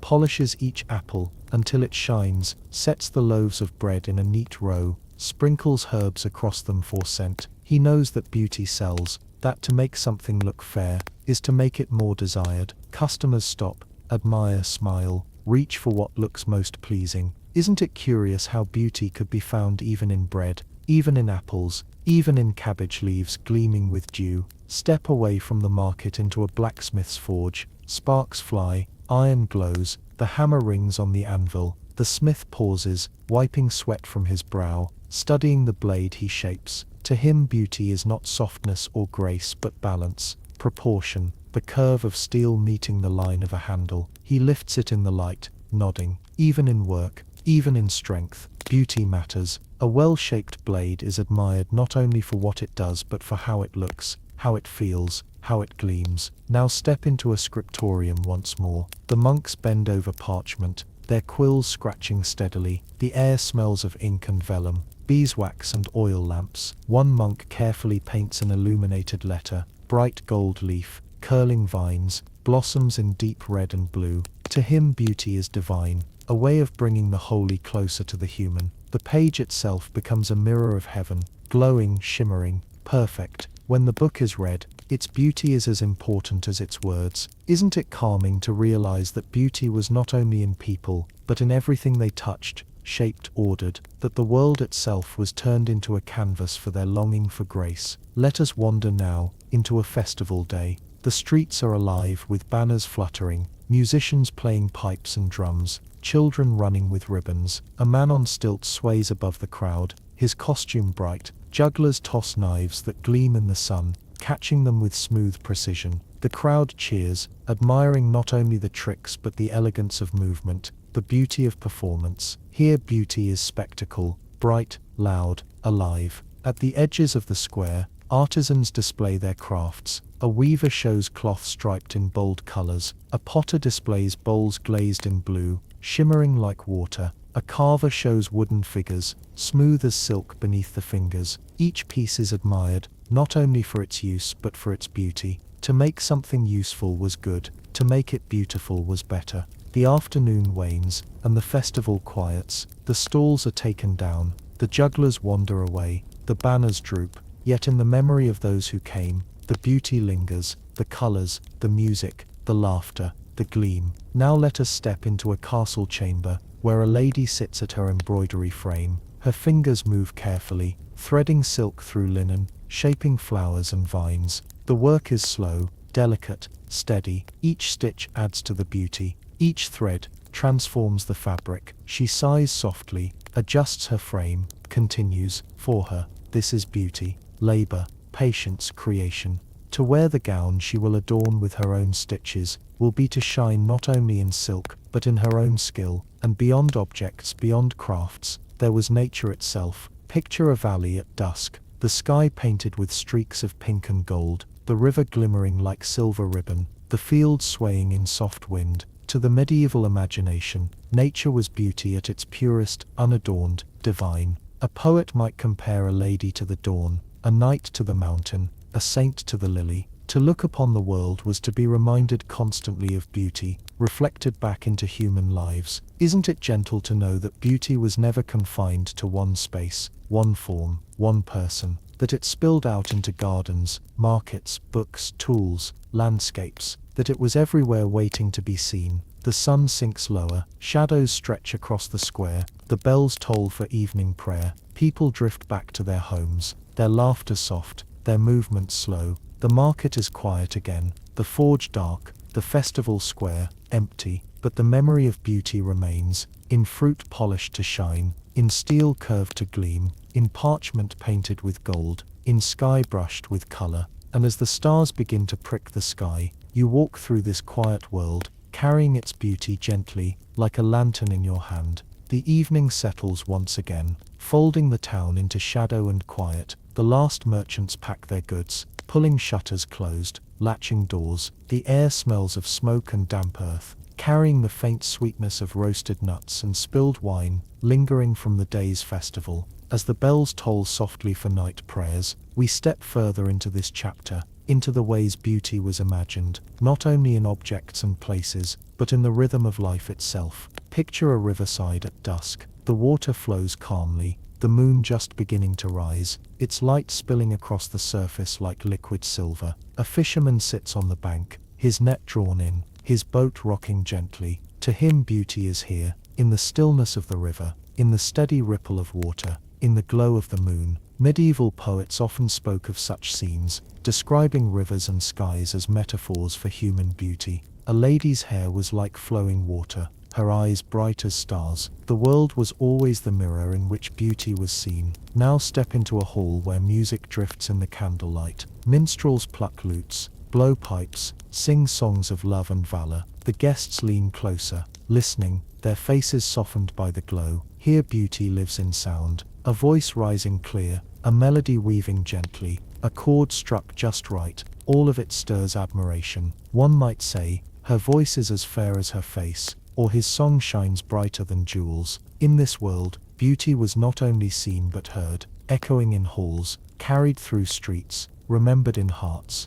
And what of taste? At a noble feast, platters are set down, honey cakes dusted with spice, roasted meats glazed until they glisten, fruits arranged like jewels on silver trays. Guests murmur in admiration before they even taste. To prepare food beautifully was an art in itself. Imagine the cook arranging figs, pears and apples in a tower, their colors glowing like a painted page. Beauty here is eaten, savored, dissolved into memory with each bite. Step further into a monastery, where beauty is measured differently. The chants of monks rise in harmony, low and steady, echoing through the arches. The sound is haunting, calming like waves, lapping against stone. There are no jewels here, no gowns, no painted faces, yet in the sound of voices weaving together, In the glow of candlelight against stone, beauty shines still. Isn't it calming to realize that beauty was always everywhere, heard in music, seen in light, tasted in food, felt in stillness, that the medieval world, for all its harshness, was wrapped constantly in moments of grace? Now picture a meadow, beyond the town, where villagers gather for a midsummer celebration. The air is thick with the scent of grass and wildflowers, bonfires are lit, sparks drifting upward into the darkening sky. People dance in circles, their laughter carrying, their movements free. Beauty here is communal, born not of jewels or gowns but of joy shared, of voices lifted together, of firelight painting every face with warmth. For one night, all are beautiful, all a part of the glow. As the fire burns lower, couples wander off to the edges of the field. Some sit beneath trees, whispering, their hands entwined. Others lie back in the grass, staring up at the stars. In these quiet moments, beauty is intimacy itself. The softness of a glance, the warmth of a hand, the closeness of a breath. No one writes manuals for this kind of beauty, yet it is as strong as any jewel, as radiant as any gown. Step away now, into a craftsman's workshop. By lantern light, he polishes a wooden chest, rubbing oil into the grain until it gleams. His hands are steady, his movements slow, his eyes soft with pride. When he steps back, the chest glows warmly, its surface smooth, its pattern shining. To him beauty lies in craft, in patience, in creation. Tomorrow someone will buy this chest and admire it not only for its use but for its fairness. Beauty once again lives in work. The town grows quieter, the streets empty, dogs curl against doorways, their eyes heavy. Above the stars shine, scattered like dust across the sky. You walk slowly through the silence, your steps soft, your breath steady, and in the quiet you reflect on what we have seen. Beauty in rivers, in voices, in food, in chants, in firelight, in crafts. Beauty in joy, in intimacy, in patience. Isn't it soothing to know that beauty has always been larger than fashion, larger than standards, larger than mirrors, that it has always been woven into sound,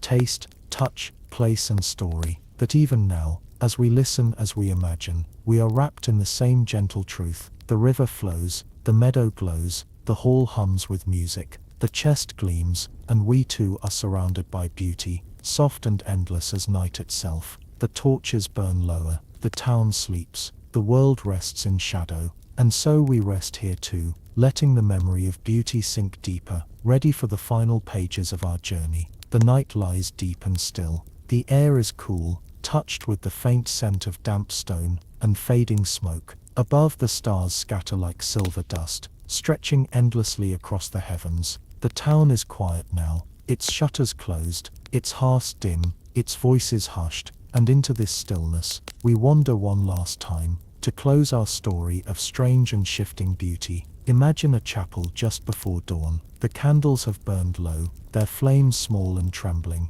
A monk kneels in prayer, his voice soft, his chant rising like a whisper of wind. The light from the stained glass is faint, yet even in shadow, the windows glow with memory. The reds and blues, the painted saints, the fragments of light caught in colored glass. Beauty rests here not in faces, not in gowns, not in jewels, but in light itself, in silence itself. Step outside, the fields are silver with dew, each blade of grass glistening as though stitched with tiny pearls. A farmer walks slowly, his boots sinking into the earth, his breath curling in the chill. He pauses, looking out across the meadow, the rising sun painting the sky with pale gold. To him this is beauty, quiet, steady, enough. His heart warms, his lips curve faintly, and for a moment he feels as radiant as any noble in a gown. Now picture a castle waking, servants bustle, fires are lit, water is fetched. In the great hall,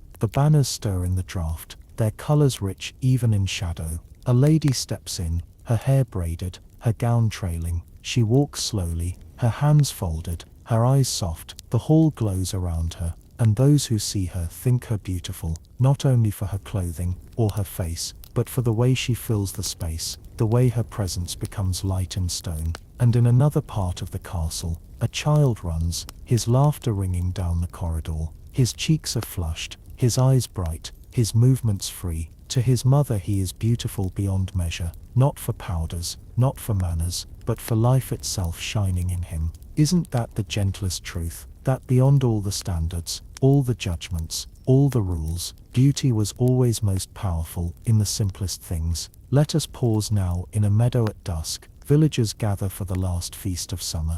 A long table is laid with bread, cheese, roasted meat, and fruit glistening in the firelight. Children chase one another around the edges, their laughter mingling with the music of fiddles. Couples dance slowly, their movements glowing against the fire. The flames rise, sparks drifting into the dark sky, stars watching silently above. Here beauty is shared, communal, woven into laughter, food, fire, music and presence. For one night, no one is measured, no one is judged, all are part of the glow. As the fire burns lower, people drift home, their hearts warm, their eyes soft with memory. The meadow falls quiet, the embers fading, the stars returning, and still, beauty lingers, in memory, in story, in song. Now let us walk through the town one last time. The cobbles are damp with dew, the air smells faintly of bread, baking. A dog lifts its head, then settles again. A candle glows faintly in a window, a shadow moves inside. Everywhere life continues softly, quietly, beautifully. Beauty, as we have seen, was never one thing. It was powders and perfumes, gowns and jewels, plumpness and strength, manners and gestures, gardens and rivers, songs and stories. It was roses compared to lips, stars compared to eyes, rivers compared to hair. It was collective and personal, public and private, fleeting and eternal. Isn't it soothing to know that beauty has always been like this, shifting, surprising, layered, alive? That what one age finds strange, another finds fair. That what one age calls vanity, another calls grace. That beneath it all, beauty has always been simply the attempt to glow, to be seen, to be cherished. The night begins to soften. The stars fade, the sky grows pale, dawn rises again, painting the world in light. And with it, our story closes. Take a slow breath with me. Let it fill your chest gently. Let it out slowly, like the sigh of wind across grass. Feel your body sink deeper, your mind soften, your heart grow still. May these memories of strange beauty, of gowns and jewels, of rivers and songs, guide you into the calmest of dreams. And if this journey has helped you drift, if it has eased your rest, you may gently like and subscribe, only if it feels right. Good night, dear friends, sweet dreams, until we wander again.